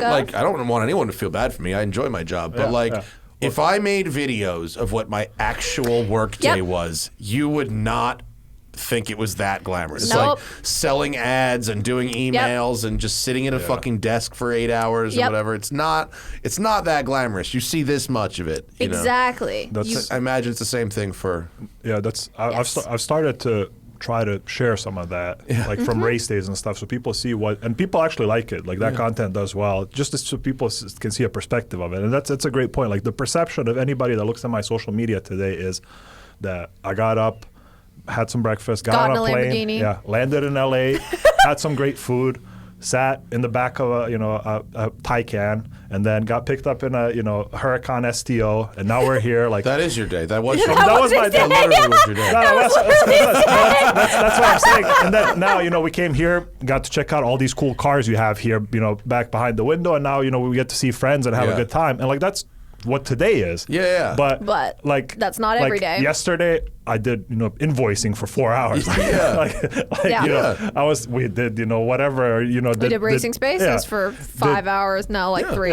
Like it's like all this stuff that people don't see. So like when I have race weekends, I try to do threads at big races from like when I wake up until the race is over. And for like the Rolex 24, I'm usually awake for about 40 hours. Yeah. So there's a 40-hour-long Twitter thread that I do with everything that happens throughout the day, from what kind of food I have to like media stuff that I might do, to all the mechanic stuff we do before the race starts. And I also try to share stuff from my fitness you're up tracker for too. like 10 hours before the race starts. Yes. Yes. So I hate that race. So like, I mean, it's always so cold and wet. It this is fucking Florida. Cold. So this is bullshit. So this year it was freezing. Yes, it was. If you go on my Instagram, there's a video clip from NBC of me sleeping at like 4 a.m. Yes. It was 31 degrees or something like that. So like the adrenaline keeps you going while you're doing a pit stop, but then like we're gonna find it. We're gonna find it. If you go back, you'll find it down there. But like once the pit stop is over,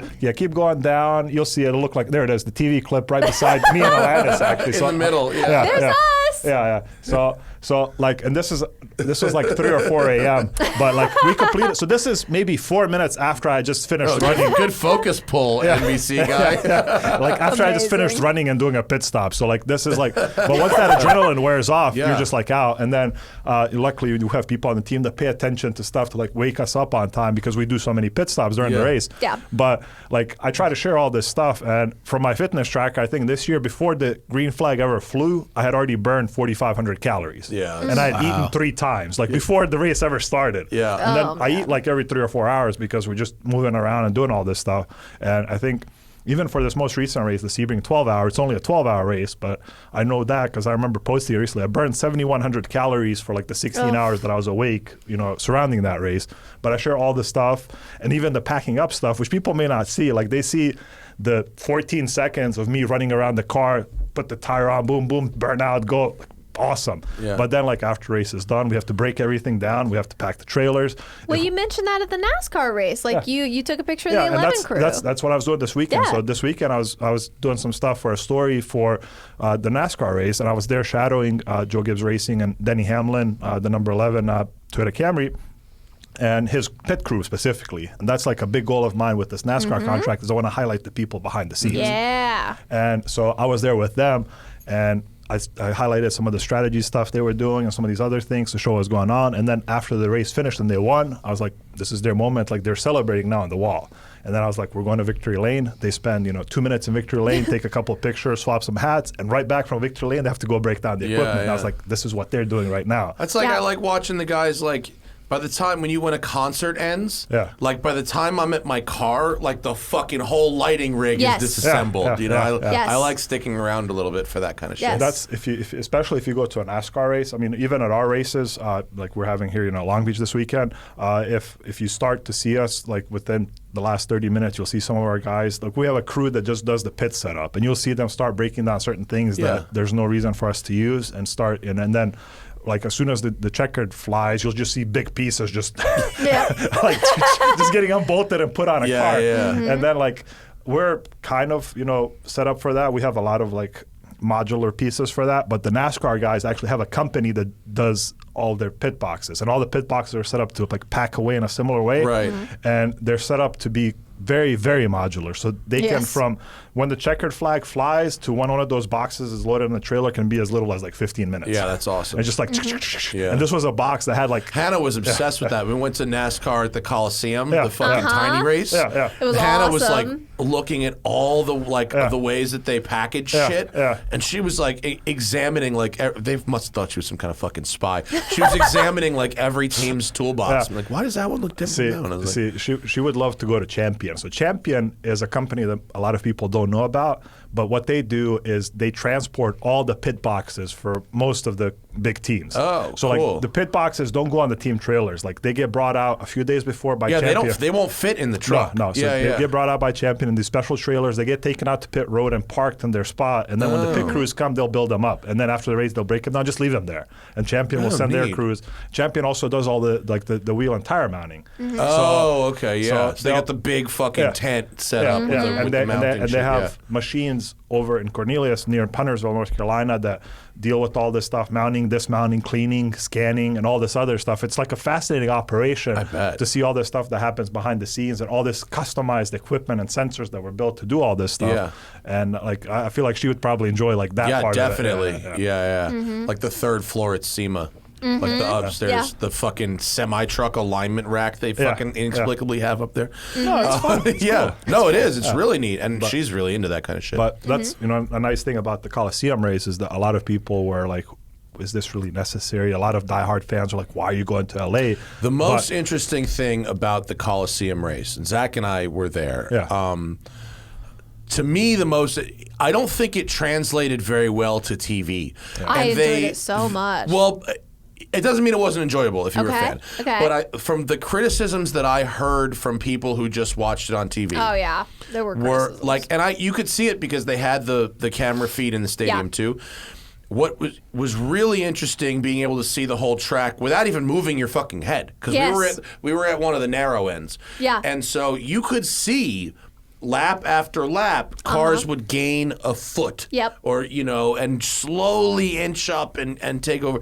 And when they're cutting back and forth between the cameras, you can't, Yeah. it doesn't work. You don't see that. So Yeah. that was my thing is like, It was fucking fun, though. yeah, It was a good but time. that's It the was a point great here race. is that a lot of diehards were like, why are they doing this? 'Cause it was but you cool. went 'Cause you it was went and had cool. fun, and you're not a watch all 36 races No. NASCAR person. You're like, maybe I'll catch one at a bar somewhere occasionally. No, it was neat. And it was like that's the it good was part very about accessible. Like it's 5 miles from my house. It was super accessible, and there was a bunch of shit going on outside the track also, and the halftime was my hilarious. goodness, that was so I mean, I funny. understand why they did it because you literally can't cross the fucking track during the race. They don't. There's no tunnel. So and just the fact that they managed to build a track that didn't like come apart. Yeah, like they actually that was really neat. And then they ripped it up immediately. Yeah. But I mean, I feel like it goes back to, I mean, obviously I shitpost all the time, like I'm never being serious, but it goes back to just making NASCAR appeal to people who like lifestyle stuff. Well, and I think things they said that are like interesting. 40% of the people in attendance had never been to a So that's the NASCAR thing. race. So that's the thing. One of the points I made recently was that more NASCAR drivers should do hot girl shit.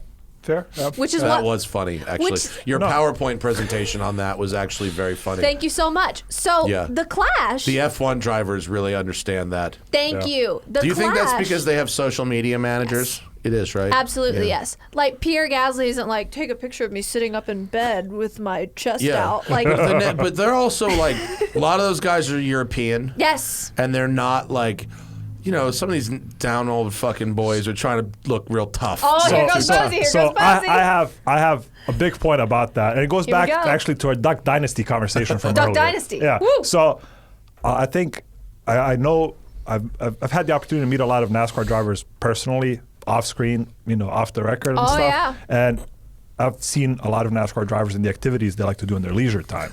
Yeah. And in many instances, a lot of that is played up for the audience of good old boy doing this and this, and then I'm not shocked at all. Yeah, but they're getting fucking pedicures in real life. But like off camera, they're like, well, let's go skiing over there and have this and do that, which is fine. Like that's fun. But you should, like what she says, you should embrace all your activities and share them. Embrace it. And I think part of the issue is that a lot of the PR and media people that deal with NASCAR bounce around between teams. Yeah. They don't know about hot girl shit. So you don't get a lot of infusion. They don't know. You don't get a lot of infusion of stuff like that, like what she mentions. And I totally agree with it. Like it's not my expertise, for a lot of that stuff, but I understand, I'm a technical type of person, but I also understand that I can infuse certain things into my personal brand to make myself look appealing just visually. And I think that, even if I understand this, where I'm just this guy that swings tires around, like there's, all these other companies should understand it, but I think a lot of them are just not willing to take the risk. Yeah, no, I'm not surprised that they would not. It's probably more of a headache for them to offend their core audience by doing something that's not perceived as being appropriately That was the whole good old thing boy in the Clash. than it is trying to reach some new. So, at the Clash, people. Denny Hamlin wore this like designer jacket, and all of NASCAR Twitter blew up about it for a whole day because he dared to not wear like a sponsor polo, and it was like, no, this is hot girl shit. Yeah. Like this is what the hot girls do. This is what you have to do. Yeah. Like people talk about it. Lewis People Hamilton relate to wears it. like runway shit. Yeah. at the Lewis track. Hamilton treats the track like a runway. And that gives people Successfully. something to aspire to, something to be interested in, something to talk about. Yeah. No one's talking about you in your sponsor polos. No one cares. Like, no one cares that you have like a sponsor right here and you have a collared shirt on. Like, I've seen that a million times. You know who does? The team owner. The team owner owner is the only one who fucking cares. How about you act cute? Yeah, that's Try That's a good it. point. And part of it's just apparel rules, and you are right where Yes. it comes from, team owner stuff, but also the fans. I'm like, why are you so angry? And it wasn't like that Denny wore anything that was like way out there. Like this was a jacket. Let's look find it. up PSG Jordan. A PSG Just, Jordan jacket. Or you can just go to his Instagram. It's on his Instagram. It'll be on his Instagram too. But Yeah, just go to it was- his Instagram. Yeah, go to It's easier. Denny Hamlin's Instagram. Yeah, but it's not even like this like huge got like it. runway type deal. It's just No, a it's like Jordan. a nice Yeah. jacket. Yeah, it's like Good. a special edition Jordan brand jacket. Okay, let's find it. Yeah, and it was just like Where's it was that? just had down. logos over it for PSG, which is like this limited edition hoodie Where's and it jacket at? they were doing, instead of just the regular team polo with the team logo and all this other there, stuff. Right in there. the middle. Yeah. Oh, yeah. Yeah. Everybody So, I got remember mad that. about this. yeah. What a Like- dumb thing That's to hot get girl mad shit. about. Yeah. That's what hot girls do. That's- And everybody got mad about it. Yeah. But yeah, see, and I think Denny's guy is one of the people that really understands Yes. this approach. Jared gets it. Jared He does gets all it. of Denny's stuff, and like if you scroll through this, like all these posts, the way that Jared helps Denny present his image is very modern, and Yes. it kind of starts to go Here towards. I am looking very pensive. Yeah, My but- Los Angeles hotel. But Yes. it starts to kind of go towards that F1 type, the guys that Yes. F1 Yeah, type yeah. guys That's what you need to do. But if you look at many of these other drivers, it's all kind of the same format. It's very Yes. serious and all this other stuff versus, kind of let's get a little feeling Yeah, into yeah. this so you kind of feel what's going I get on. that. And Exactly. it's unfortunate, or like right here, Denny did a thing with Post Malone. So if you Yeah. click on that picture with the yellow suit, that's from a Post Malone music video, and then he just like, I'm gonna do this for Halloween now. Yes. So it's just like fake tattoos and like Oh, that's kind of fun. yeah, just like random stuff, But it's I mean, it's not because it's the drivers being people. 'Cause Yeah. the drivers Yeah, are yeah. That's what you need. But the big problem with F1 and most other good-looking people. most professional racing What is you that they've need. been so coached to not be human beings, Yes. to just say whatever the line is, and Yes. that's the sponsor one, and it's safe. And like, there's a big difference between Drive to Survive when they do the interview portions, and then like one-on-one with the camera, and when they interview them after the race and Yes, they ask the questions. 'Cause exactly. it sounds like you're saying the same thing. Racing spaces, for some reason, Correct. and I've always assumed that the answers they give to at those media presentations, like that's the only answer they're allowed to give. Yes. Yeah. But it seems like it's just the talking points Yes. for that moment. But they can actually say what they want, within Yeah. reason. Yes. Yeah. And the thing is that anytime someone comes on Racing Spaces, my entire goal is to throw them off. Because sometimes people come on Racing Spaces and they're just like, they're saying a line. And I'm like, all right, how do you feel about men with eyeliner? And they're like, what? And I'm just like, let's talk about it. How do you feel about eyeliner? Have you ever worn it? Like, what's going on? Well, the team did a really good job with my eyeliner this week. I really want to appreciate the spot. But that goes back to that point is that of these like images of people versus what they might actually feel if they open up. And Yeah. Alanis can usually punch through that round. And that's He's so nice to no, me. but that's what I'm saying about going back to like our different strengths. If like where we're on, Racing Spaces, just as an example, is that we can have people come on Yeah. and they might be coming on with specific lines in mind of like, hey, I can promote whatever, or I can talk about whatever.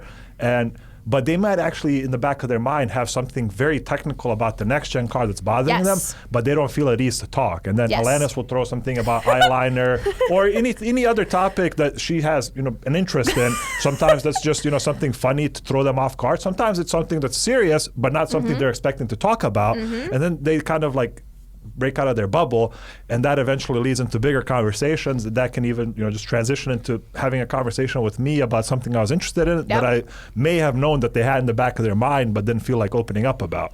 And that's the thing, is getting people to break out of their bubble, I think, is a big part of it. And the nature of F1 and NASCAR specifically, is that it has been very guarded from a PR perspective because there were so many secrets. And they've realized that it'll be their undoing if they keep pushing and pushing and pushing. Yep. And especially now with this new car, this next-gen car, and a lot of this stuff not being secret because everybody's using the same parts. Yep.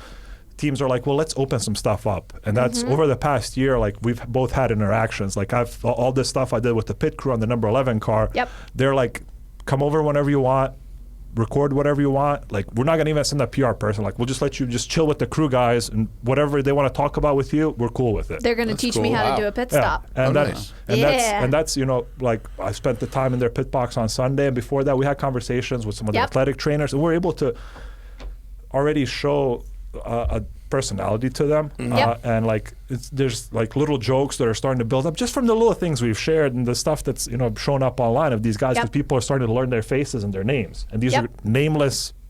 For all intents and purposes, we're just nameless people that were just do this with the tire, Yep. do this with the tire, because you have a helmet on, nobody knows you.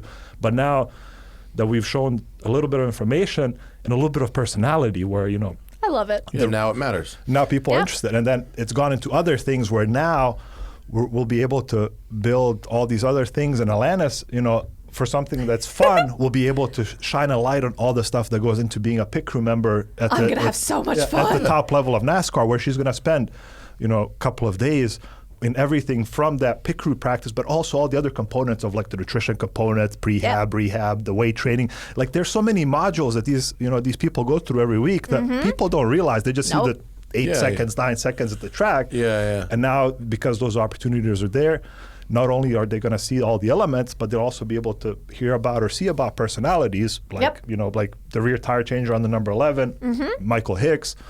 He has specific accent, and he's a very social person. And now that he has that opportunity to open up, like we have great conversations. And now like it's like yesterday there was a little like meme type of deal because he kind of looks like Daniel Ricciardo. So people screenshotted him out of a video clip, and they're like, "Is that Daniel Ricciardo?" And doing pit crew work and stuff like that. Like little things building up over time will help grow the sport. Yeah, for sure. And that's cool as fuck. Yeah, so it's little interesting things. When is it? What's the schedule of the show? I am for Racing Spaces. Oh, we do 8:30 Eastern every 8:30 Tuesday. on Tuesday. Tuesdays, Yep, okay. every On Tuesday. 8:30 p.m. Eastern. And then next month, me and Bozi are going to go to Joe Gibbs Racing, and they're going to teach me how to change a tire. That rules. It's going to be amazing. It's only a fifth as hard as it was before, though.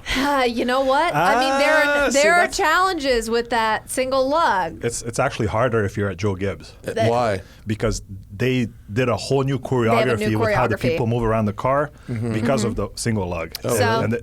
They used to jump over the wall, and the rear people would go around the rear, and the front people would go around the front. Right. Now, with the new pit stop choreography, everyone goes around the front, and they jump off early, and they go around the front of the car to change the sides over here.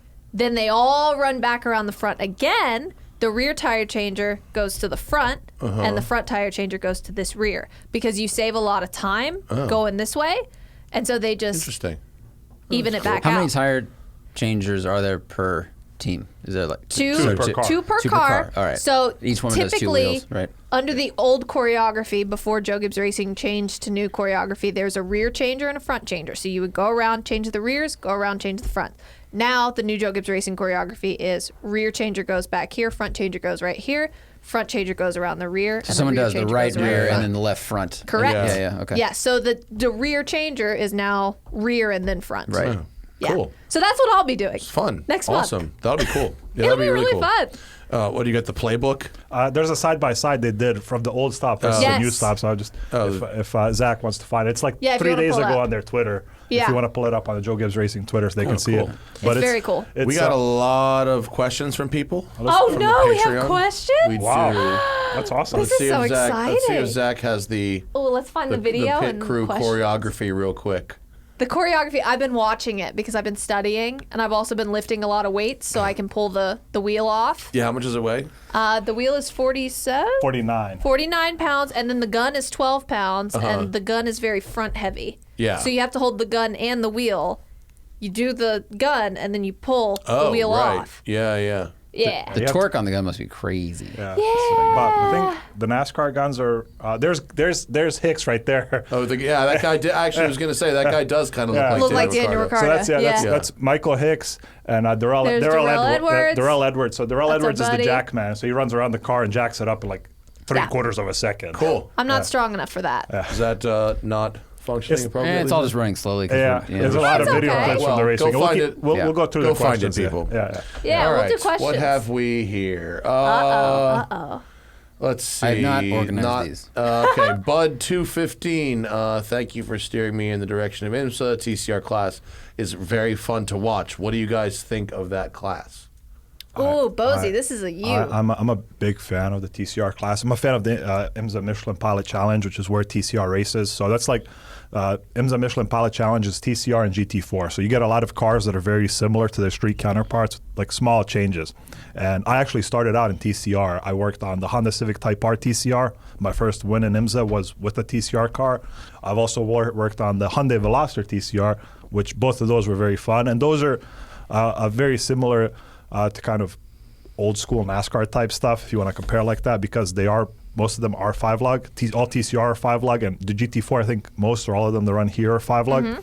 And they're very fun, very close to what you see on the street. The Civic Type R, the Veloster all run their street car engines. They're just tuned up a little bit and kind of equalized. And they're front wheel drive in TCR, rear wheel drive in GT4. It's a fun class to watch, and it's not a heavy investment to get into multi-class racing because there's only 2 classes that run in that series. So it's an easy way to get into sports car racing before you kind of step up to the big leagues where we race, in the WeatherTech Championship with a bunch of different classes and cars. So TCR definitely cool. I was supposed to drive the Type R in like October, and it got canceled. But I have driven the Civic Si TCA car. Is that was one fun. level down So from TCR? So TCR runs in IMSA.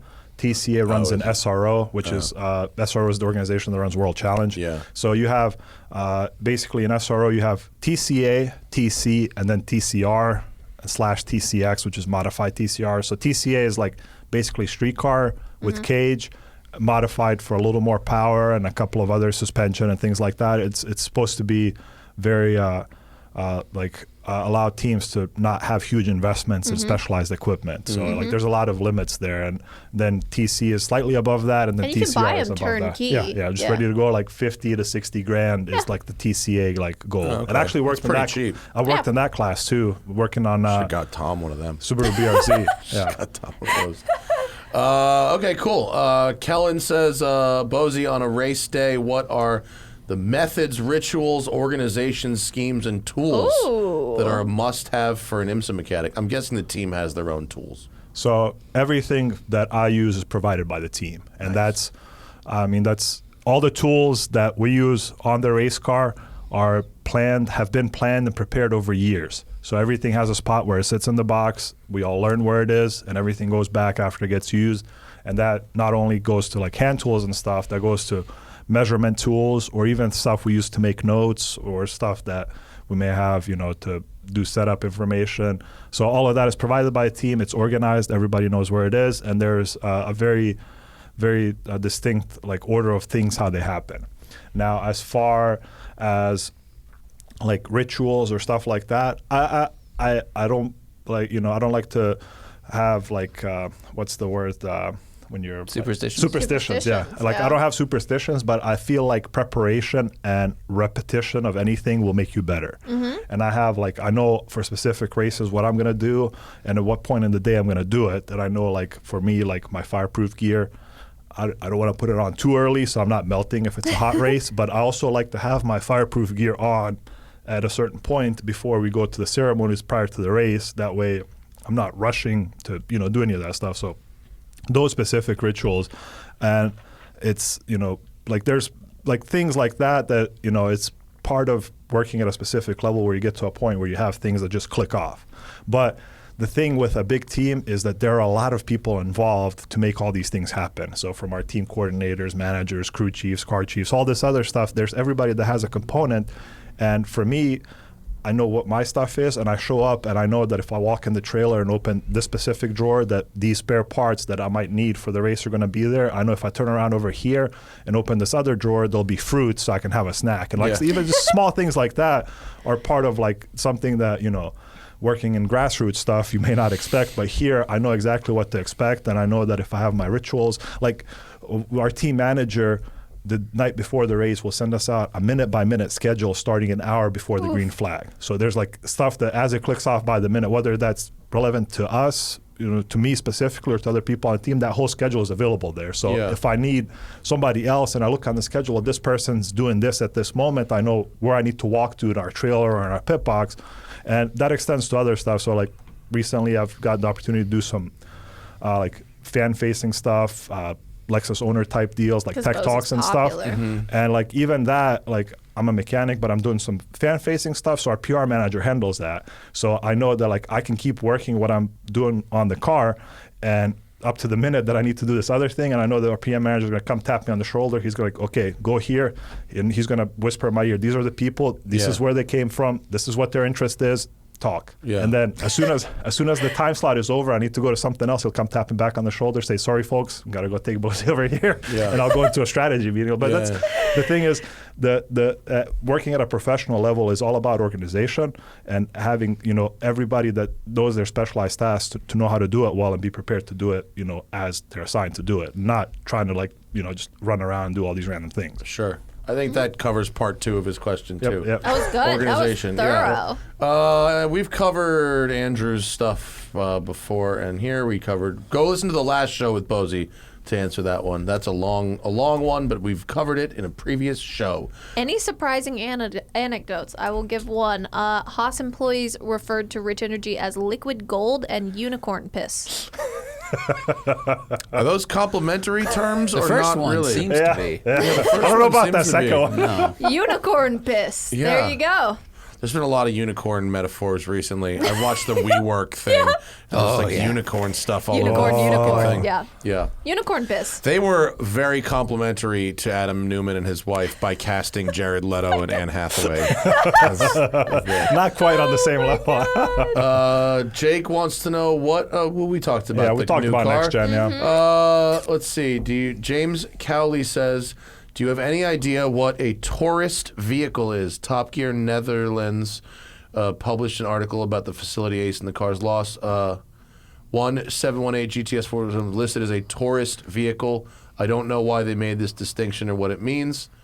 I don't know what the fuck that. I know. I mean, a tourist vehicle could be like if you ship a car to another country for a vacation, and it's on a tour, like a car visa. Like, is it literally called a carnet? Yeah. I don't know what that. I mean, that's all I could think of is that somebody's fucking car was on there because they were going on vacation in America. Yeah. But I don't know. Mine wasn't a GTS, so. Rice Boy X, planning on visiting the Nürburgring in July. I have 0 track experience. Thinking of riding passenger for a lap. Will I hate myself if I don't drive it? I mean, no. First off, the Nürburgring is a public road, and you can drive it in literally any car. At any speed you want. Any fucking speed you want. I've seen buses on the Nürburgring. I've seen Harleys on the Nürburgring. I've seen delivery vans on the Nürburgring because there's apparently, there's towns. There's multiple towns at the Nürburgring, and the best way to get from one to the other is just on the fucking track. You should definitely do a ring taxi lap if you're going because they will show you the speed at which it can be driven. Yes. But as long as it's not,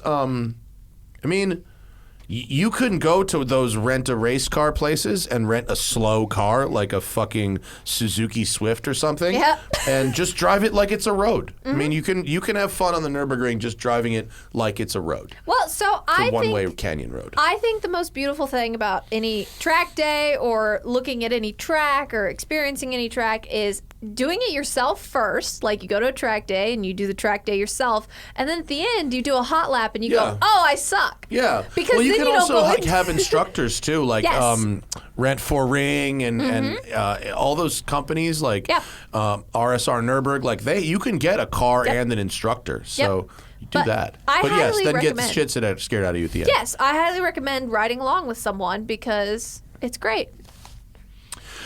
James Cowley said that I've been very fastidious in regard to the cleanliness and care of my BMW, mentioning I go so far as to wash your hands before touching it. What about using driving gloves, as in a pair used only in this car? Over my fucking dead body. Every time I see someone wearing driving gloves in a car that has a steering wheel not made of wood, I roll my eyes so hard they fall out of the back of my head. I'm gonna go buy some for the Lamborghini. I'm sure you will. No, I just so my BMW, it's so new. It's a 2005, but it's still, the steering wheel has the crinkle finish on it still. And so I grip the wheel like a fucking pussy, and I wash all the oils off my hands before I get in the car, because I don't want to ruin that finish. Yeah. Whereas I'll drive my car after some formal fingering. No Zach with the call. Back to the formal fingering. It's good. Love it. Daniel Berman, of all the cars you've owned, which taught you the most? I think this assumes I've owned many cars. How many cars have you owned? 3. So which Paired one with taught my you the husband. most? When we sold the Honda Civic and we sold we sold our 2006 Honda Civic 5-speed, horrible paint, looked like a brown galaxy. We sold it to a woman who was going to learn how to drive stick. And Sweet. 4 hours later she said, "Do you have a clutch?" I burned it out. Do you have a clutch? You have a clutch. Like an extra? Like, do you have an extra sitting around? I'm just going to swap this in. And so we were being nice, and we said, okay, we'll leave the plates on it so you can get the plates done. She was like, yeah, I'll get the plates done. So, you know, you don't have to print your own or whatever, and you won't get pulled over. She never got the plates done. She kept running tolls. Oh, dude. She kept running tolls, and we kept getting charged for tolls. And I was like, dear, it's fine, whatever. Just keep calling them, and we'll figure it out. No, then she started hitting people. Get the fuck out of here. And this is yeah. She started hitting people, and she actually ended up hitting one of our friend's coworkers. Oh my God. And she said, yeah, the insurance is in my mom's name, and the title's in my mom's name, and she gave my husband's last name.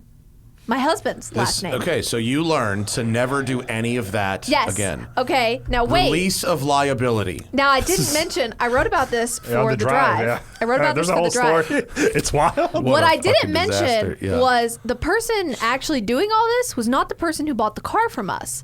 Oh, they had a stand-in buyer come buy the car from us. Oh, really? Yes. Yes, so this is a different person. Yeah. Okay. And she gave us her address, which was actually her address. When she started wrecking into people, she gave them addresses that didn't exist. They Oh, my weren't real. God. And she gave them fake names, okay? But she was trying to pin it on us. And then we recently got a tow bill because she got pulled over and her car got towed. Fucking keep it, bro. And we got the bill. But this was after we decided we were done with the plates thing. So after she wrecked into someone, we were like, we're going to go to every body shop in town. We're going to find this car because she said it was in the body shop. About the third body shop we drove by, we found it. Real sketchy place. My husband gets out with his wrench to go get those license plates off. This is the the impact sign wrench. for. Oh, it's impact. Yeah, wrench. he's Oh. holding it up. Electric impact. He's holding it up. That, Okay? Don't you live in Texas? Yeah. That means something else in Texas. Yes. No, okay. No, he's holding it up. He's holding this up. Right. Right. Like He's firing in the air like firing Yosemite in Sam. the air. Yes, exactly. That's what he's doing. Walks across this parking lot. These two huge men have this truck on a Yeah. lift, and they just look at him. He goes, "Howdy," and he walks over to our old vehicle, gets the license plate off, walks back to the car, throws the license plates in the trunk, and we drive away. Sweet. So lots of lessons there. Lots of lessons there. there. Yeah. That's I recommend the story on the drive. Yeah. I've heard a lot of this stuff as it was happening, and I'm just every time she like shared something new, I'm like, this is not possible. That's like, fucking crazy. How is this town, happening? yeah. But she a lot of this was summarized. So if you look up Alanis on the drive, you'll find it's like That's a recent fucking story nuts. from a few Yeah. months ago. Yep. It's So that was- ridiculous. That was the car that taught us the most. Yeah. I owned a Hummer H1 for 3 months, and it taught me that you should never buy a Hummer H1. That's a Yeah. very valuable lesson. Yeah. No one should ever buy one of those. They're absolute and total shit piles. But it's kind of tempting. No. No, Yeah. I wouldn't do Nothing it. about it is tempting. It's kind of tempting. It's thoroughly the fact unappealing. that it's so shitty is tempting. See, There's nothing appealing about Listen, shitty. I like just likes to things that are suffer for shitty. fun. yeah. No, shitty I like isn't things good. that are Yeah. shitty. She just like Yeah, you eat at Chili's. I think we've learned this about me. You eat at Chili's. It's the think we've perfect learned- vehicle to park in front of a fucking Chili's. Oh my God, you but it couldn't would be be. more Oh, America. that would be. That is Yeah. extremely have a American. flag Yeah. on the corner. Just Wow. Exactly the right kind of people will think you have taste. You gave me an idea. she's gonna find somebody to loan her a Hummer H1. Gave me an idea and she's here. gonna take it to Chili's You and do a whole can't photo believe shoot. how miserable they are. No, it's Now They're I'm awful. curious. They're awful. It's an industrial vehicle. It's a military Yeah. vehicle. fucking yeah. mail truck that can go off road, basically. That's It's terrible. huge. That's our show, folks. Wow. The Rich Energy book is pre-order, right? Yes, it's available for From- pre-order if you're in America. And where do you get it now? We'll put the link in the thing. You can get it at McFarlandBooks.com and look it up on there, or you can just go to RichEnergyBook.com and we have a giant pre-order link. Nice. Thank you so much. And Racing Spaces is Tuesdays at 8:30 p.m. Eastern on Twitter. Find us on Twitter and you'll find us on us Racing there. Spaces. Thanks for stopping by. Thanks for having us. Enjoy your fucking getting that luggage into the STO. We're going to have lots of fun. Yeah. It's It's going gonna to be be great. At least there's no front differential, so you have a big trunk. Actually, Oh, that's, and I think the STO has that clamshell deal, so I don't think you does. can open it. That's actually you can open you it, can. but once you do, Can you you teach discover us? that there's actually nothing. There's only there. room for a helmet. There's only room for a fucking helmet. Can There's you teach us nothing how to there. open it? Yeah, though? We yeah. couldn't I know figure it how out. to- no, I Okay, know how we're to going to open go it. do that now. Yeah, Great. it's very dumb. Awesome. It's dumb, but it's a race car, you guys. It's a Like, race car. Totally like a race car. I had fun driving the STO. It is fun to drive, but it's a race car. You It is a race car. can't have fucking bags in it. can't see out of it. You can Amazing. only see yourself. You cannot see out of it. I know. Oh my It's god. not good. Hey. It's not good. But it's also good. It's an adventure. It's good in its not goodness. I'm having Unlike the so much Hummer, fun. which is purely not Purely good. bad. Orange shit. They're fucking awful. We're back tomorrow with John Oates, legendary musician of Daryl Hall and John Oates fame. Very Porsche exciting. guy. He also did the Newport veteran run we just did. And that's tomorrow. And then regular car reviews is here on Friday. Amazing. Brian and Yeah. the Roman are here on Friday. Thanks, guys. Absolutely. Enjoy the Thank Grand you. Prix. I Awesome. won't be around because I'm going to fucking Cabo. Hey, Solid. that rocks. But, it's okay. That's our show. See you later. Bye. Bye. Bye.